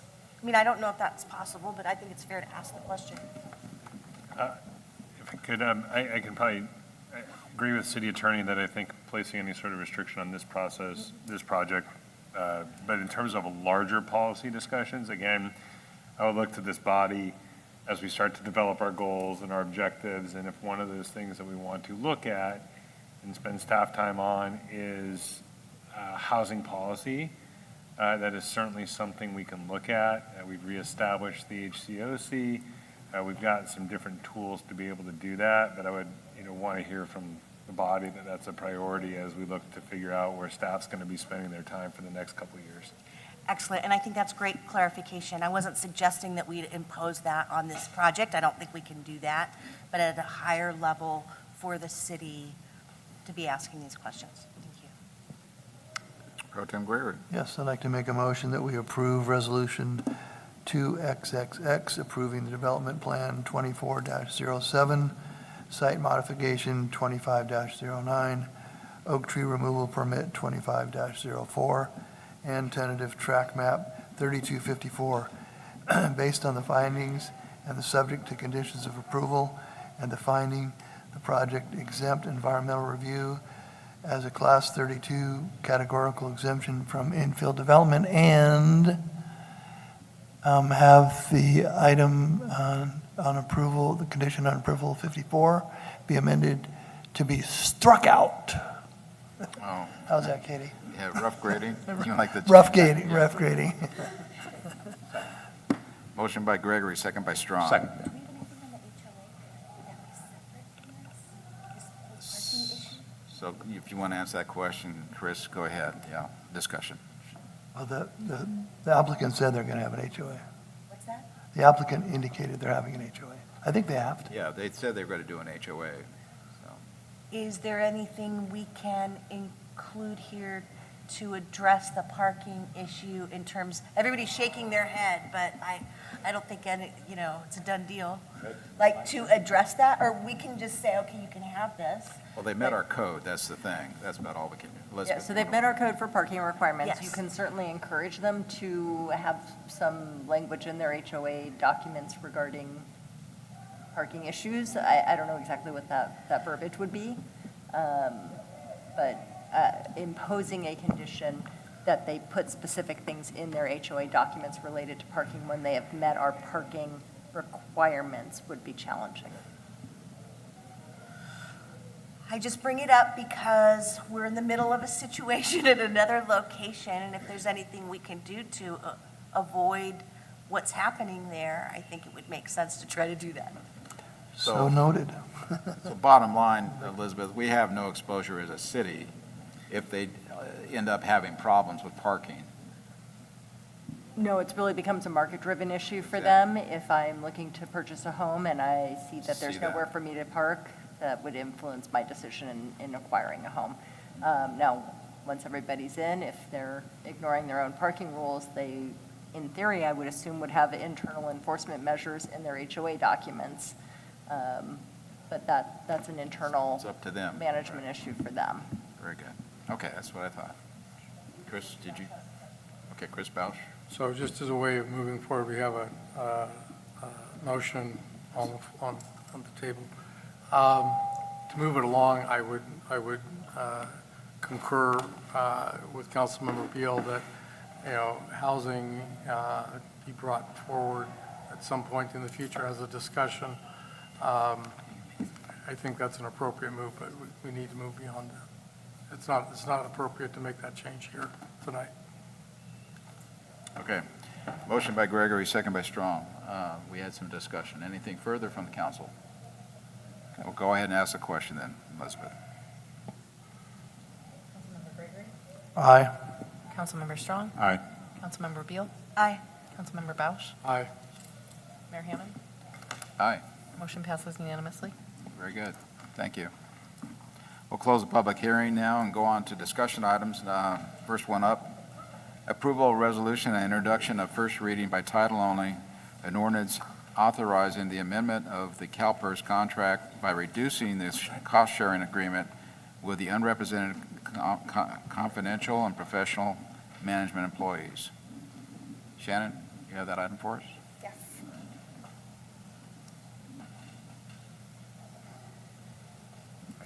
All right. Good evening, Mayor and council members. This evening, I am presenting the first steps to amend the city's retirement contract as it relates to safety manager cost-sharing contributions. By way of background, the city contracts with the California Public Employees Retirement System, or CalPERS, to provide retirement benefits for eligible employees. The contract includes 3 member categories: police safety, fire safety, and miscellaneous, each with multiple benefit tiers. Retirement benefits are determined by a formula based on years of service, age at retirement, and highest reportable compensation. The city's contract requires contributions from both the employee and the employer. State law allows employees to share in the cost of the employer's contribution, which is commonly referred to as cost sharing.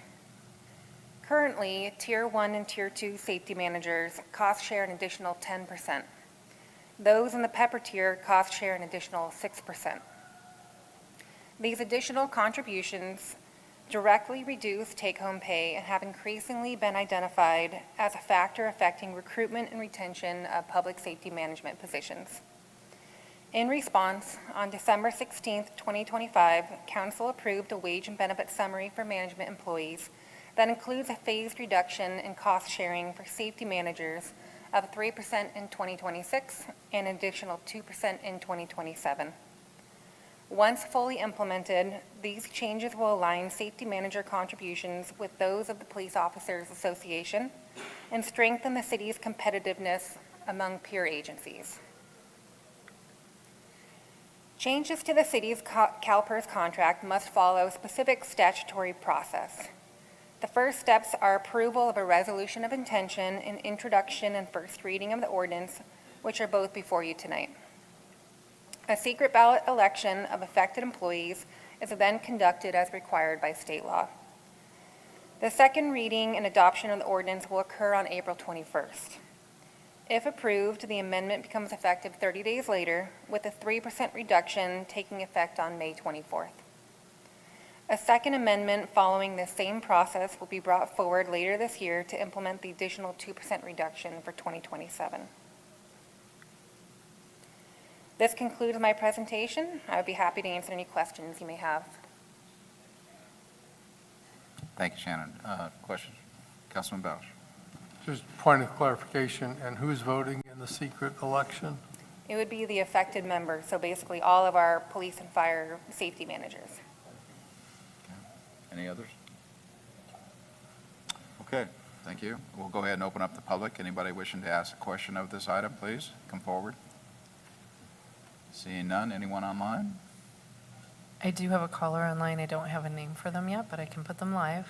Okay, caller, you can hear us, go ahead. Linda George, 3126 Spring Street. I kind of looked at this, and I'm, once again, the CalPERS credits. You guys really need to understand something. There are things that happen in government service, maybe injuries, disabilities, that people don't expect.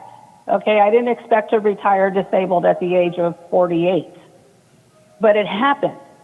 So with all the different laws and the situations that are going on at the CalPERS board, that can very easily take away your CalPERS disability, for instance, and or your health benefits.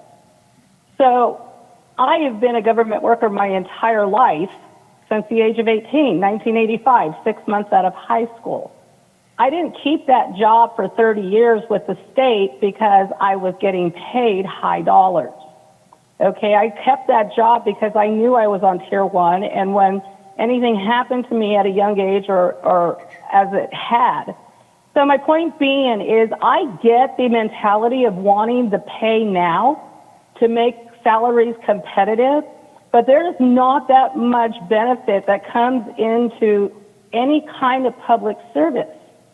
So I think it's really important. I see a lot of reduction or positions that are not CalPERS benefit.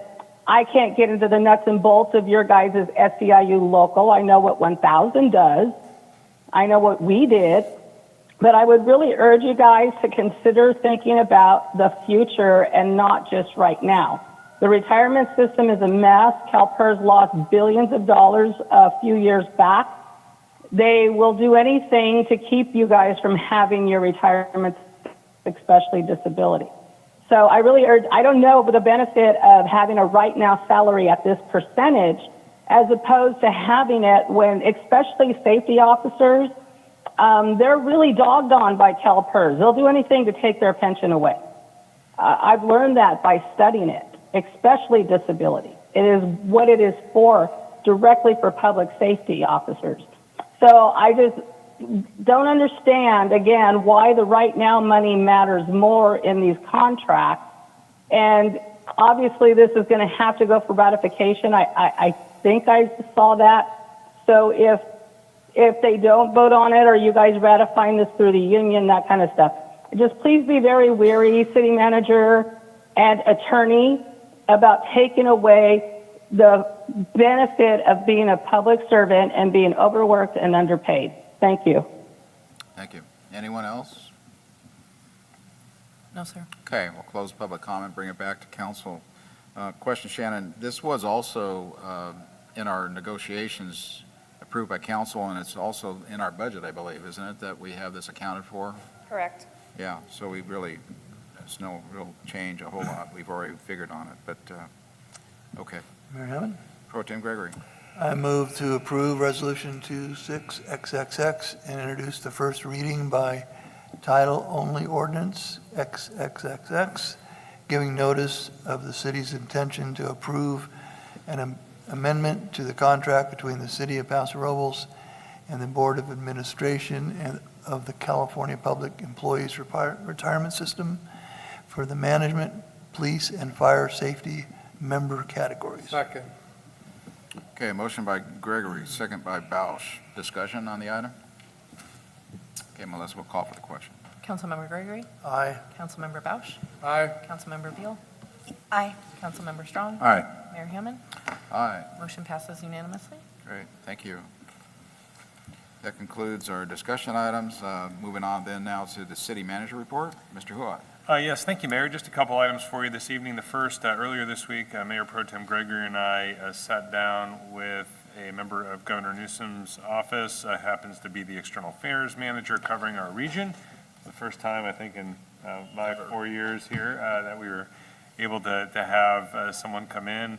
And so the Mayor Pro Tem and I spoke at length about the different projects and priorities that we have, including spaceport, some of the legislative priorities in Sacramento, as well as needed funding for things like transportation infrastructure. So although this administration's time is short in terms of the election coming up, the representative committed to continuing to be in touch, and we will continue to elevate those issues that you all have identified for us as priorities. And so, again, appreciated that opportunity. Speaking of the state, during your next meeting, we will have a representative from Townsend Public Affairs here to provide you all a legislative update, everything happening in the state, both legislatively as well as with the budget. And there'll probably be also a federal component to that update as well. So we'll be thinking about that discussion. And then also next meeting, we talked all about it a little bit tonight, but I wanted to make sure you all come prepared with a lot of opportunity for discussion, questions, comments around our goals for the upcoming budget cycle. Our team has been working behind the scenes ever since you had your offsite meeting in November to distill down that feedback and those 6 goal areas into actionable initiatives where staff and our available resources are going to go in the next 2 years to make sure we're accomplishing the goals you want to get done. And so, again, I would ask you to come prepared next time to have an engaged discussion, and we'll look forward to that. Again, staff's put a lot of time and effort behind the scenes into doing that work, and again, look forward to the feedback both from the public as well as you all. And with that, I just wanted to end by thanking our team. We're off to a very quick start. The first quarter of the new year is almost over. And we have been able to accomplish a lot as an organization. So I just wanted to take a moment tonight and thank our entire staff for the work that they're doing day in and day out. We had a lot of disruption with the City Hall and making sure we had continuity of services, and the team has just done an amazing job. And now that we're back in City Hall, we are full steam ahead. So with that, that ends my comments and report tonight. Thank you, Mayor. Very good. Thank you, Chris. Mayor Hammond, can I ask Chris? Yeah, Chris, Did you start with Chris Bowser, please. Go ahead, Chris. Yeah, go ahead. Just point of clarification, Chris, do you want us to bring new goals, or do we want to work off existing goals that you've been working on? Well, I think the session is yours. Obviously, we have the work that you all did in November as kind of beacons, and so we're going to be working on filling out the specifics kind of under those goals. So if we're not totally on point with something, we want your feedback, or if there's something we missed, obviously that's the purpose of the discussion. And I would anticipate that we're going to take, 2 or maybe 3 meetings to get through it as you see fit. I think one difference is we're not planning on holding a Saturday standalone half-day session because we've done some work up front this year. But again, I'll defer to the council once we get into the meat of it if we need to deviate or do something other than what we have planned. So for clarification, Chris, so that'll be in our next meeting, and that'll be in a form of a workshop of that? It'll likely be a discussion item, but we're going to try to, we'll try to do our best to make sure that we have enough time to keep you focused on that for a minute. But again, I think in terms of other agenda items, but we've done a lot of work already, and you all have done a lot of work already, so we feel like we're ahead of the game a little bit. Okay. Sounds good. Thank you. Okay, good. Moving on then to council business and committee reports. Councilman Beal? Thank you. So just a couple of things. I attended the Paso Robles Housing Authority meeting. Just as an update, there are 3,000 households on the waiting list for properties. Oak Park 1, 2, 3, 4, Sunrise Villas, and Riverwalk. And then with my meeting with Ken at People Self-Help, he was saying that there are, 7,000 people on the waiting list for their 1,000 units countywide. So just, once again, we're doing a great job with our arena. We've been very aggressive with all of this, but this need is still great. And I had my ride-along, thank you to the police department. I'm happy to report that I was part of a narcotics arrest, 2 mystery auto thefts, and then was safely in dispatch for the pursuit and barricade, and I couldn't be happier to be in dispatch for that. And everything was safe, wonderful outcome, and I just really learned a lot being able to see things all in process there. We were recognized as the best place to retire. I can't remember the publication, I could look it up.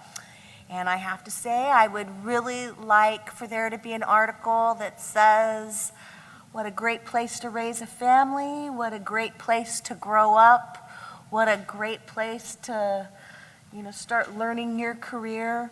And so I just encourage us to keep in mind our population that is younger. Half of our people are under the age of 50. Our kids, we have the same number of minors as we do over 65, that we really make sure that we're being mindful of that as we move into our goals. So thank you for letting me be of service. Hey, you could testify to growing up here, that's for sure. Yes. Yeah, good. Councilmember Bausch. Thank you. Started off with a youth commission meeting. Looks like Fred might be sharing some information that there's some volunteer opportunities for the youth commission, looking for new commissioners. I'll let him talk about that. I think we all attended the Joint Council Planning Commission and Airport Commission on March 4th. Still getting good positive feedback on that, as we discussed earlier. March 6th, Paso Robles Youth Baseball opening ceremonies. Congratulations to Mayor Hammond for inspiring the troops with the pitch. Good job. The Senior Citizen Advisory Committee on March 9th. I think people may or may not be aware that the city has taken over temporary running of the senior center. So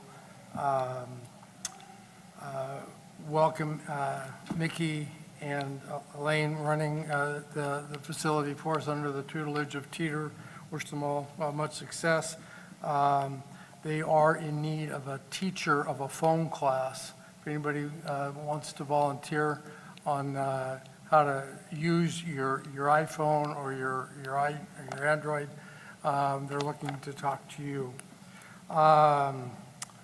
We had Parks and Recreation also on March 9th.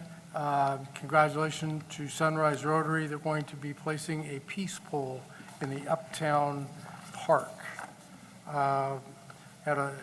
Later on that evening, we had a board of directors meeting for the downtown Paso Robles Main Street. Lots of new faces there, lots of revised energy. I think the transition is going well. We wish them continued success. We had other, I'm missing my library update.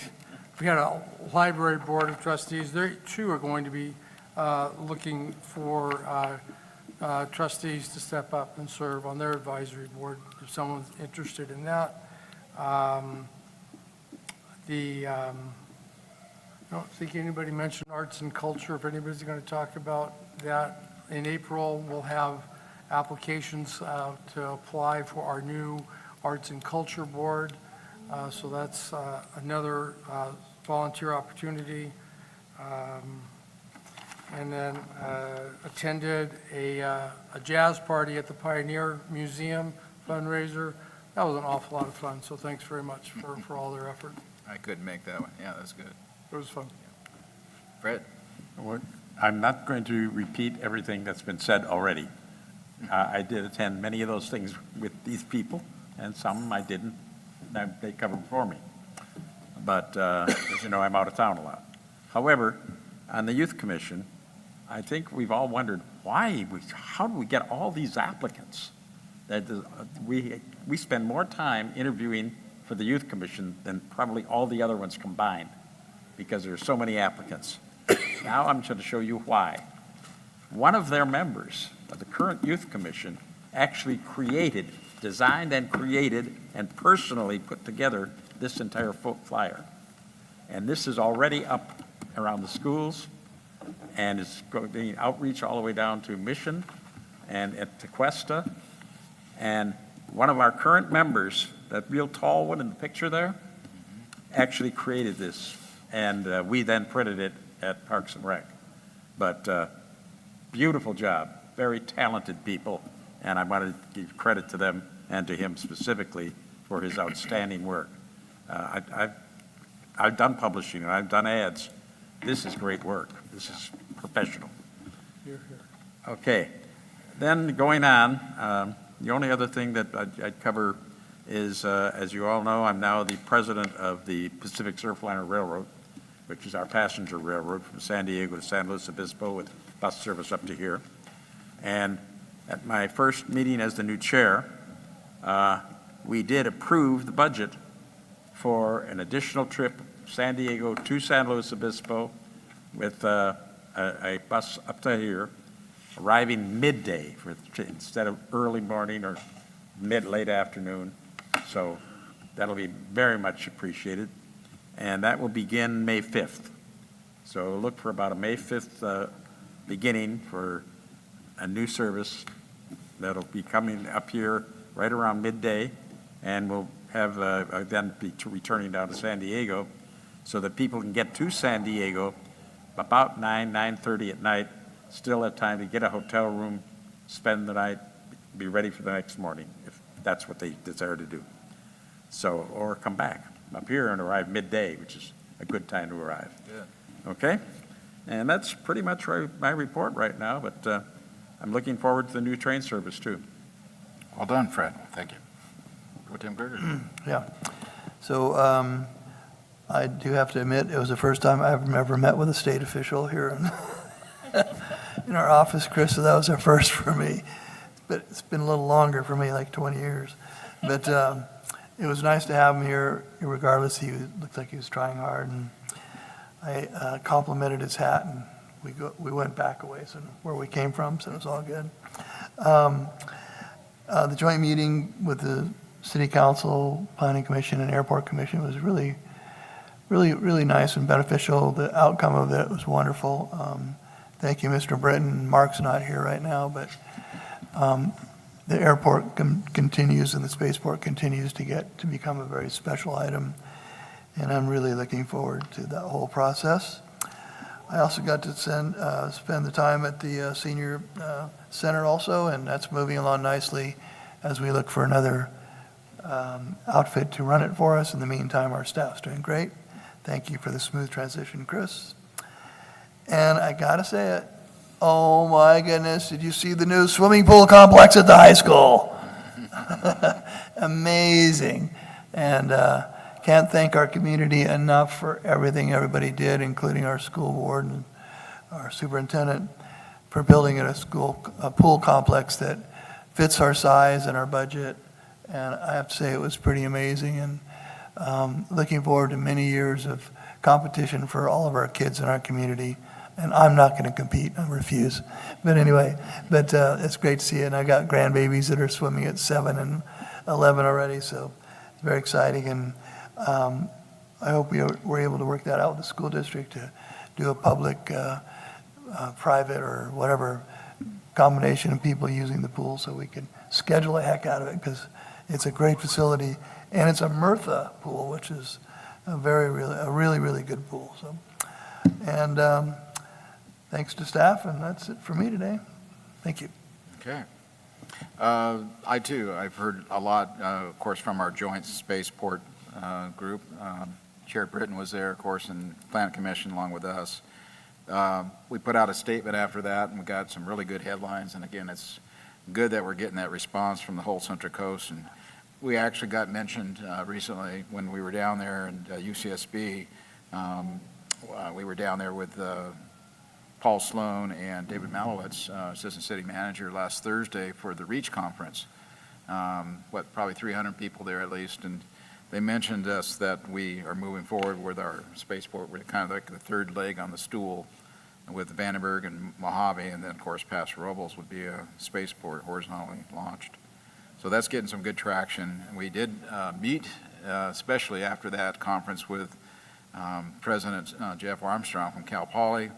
They've recently been awarded a $1 million grant that needs to have some matching funds that we're trying to get together with them on somehow that Paso Robles City and them can partner on that. We've done a lot of costs already that might be applied to that grant.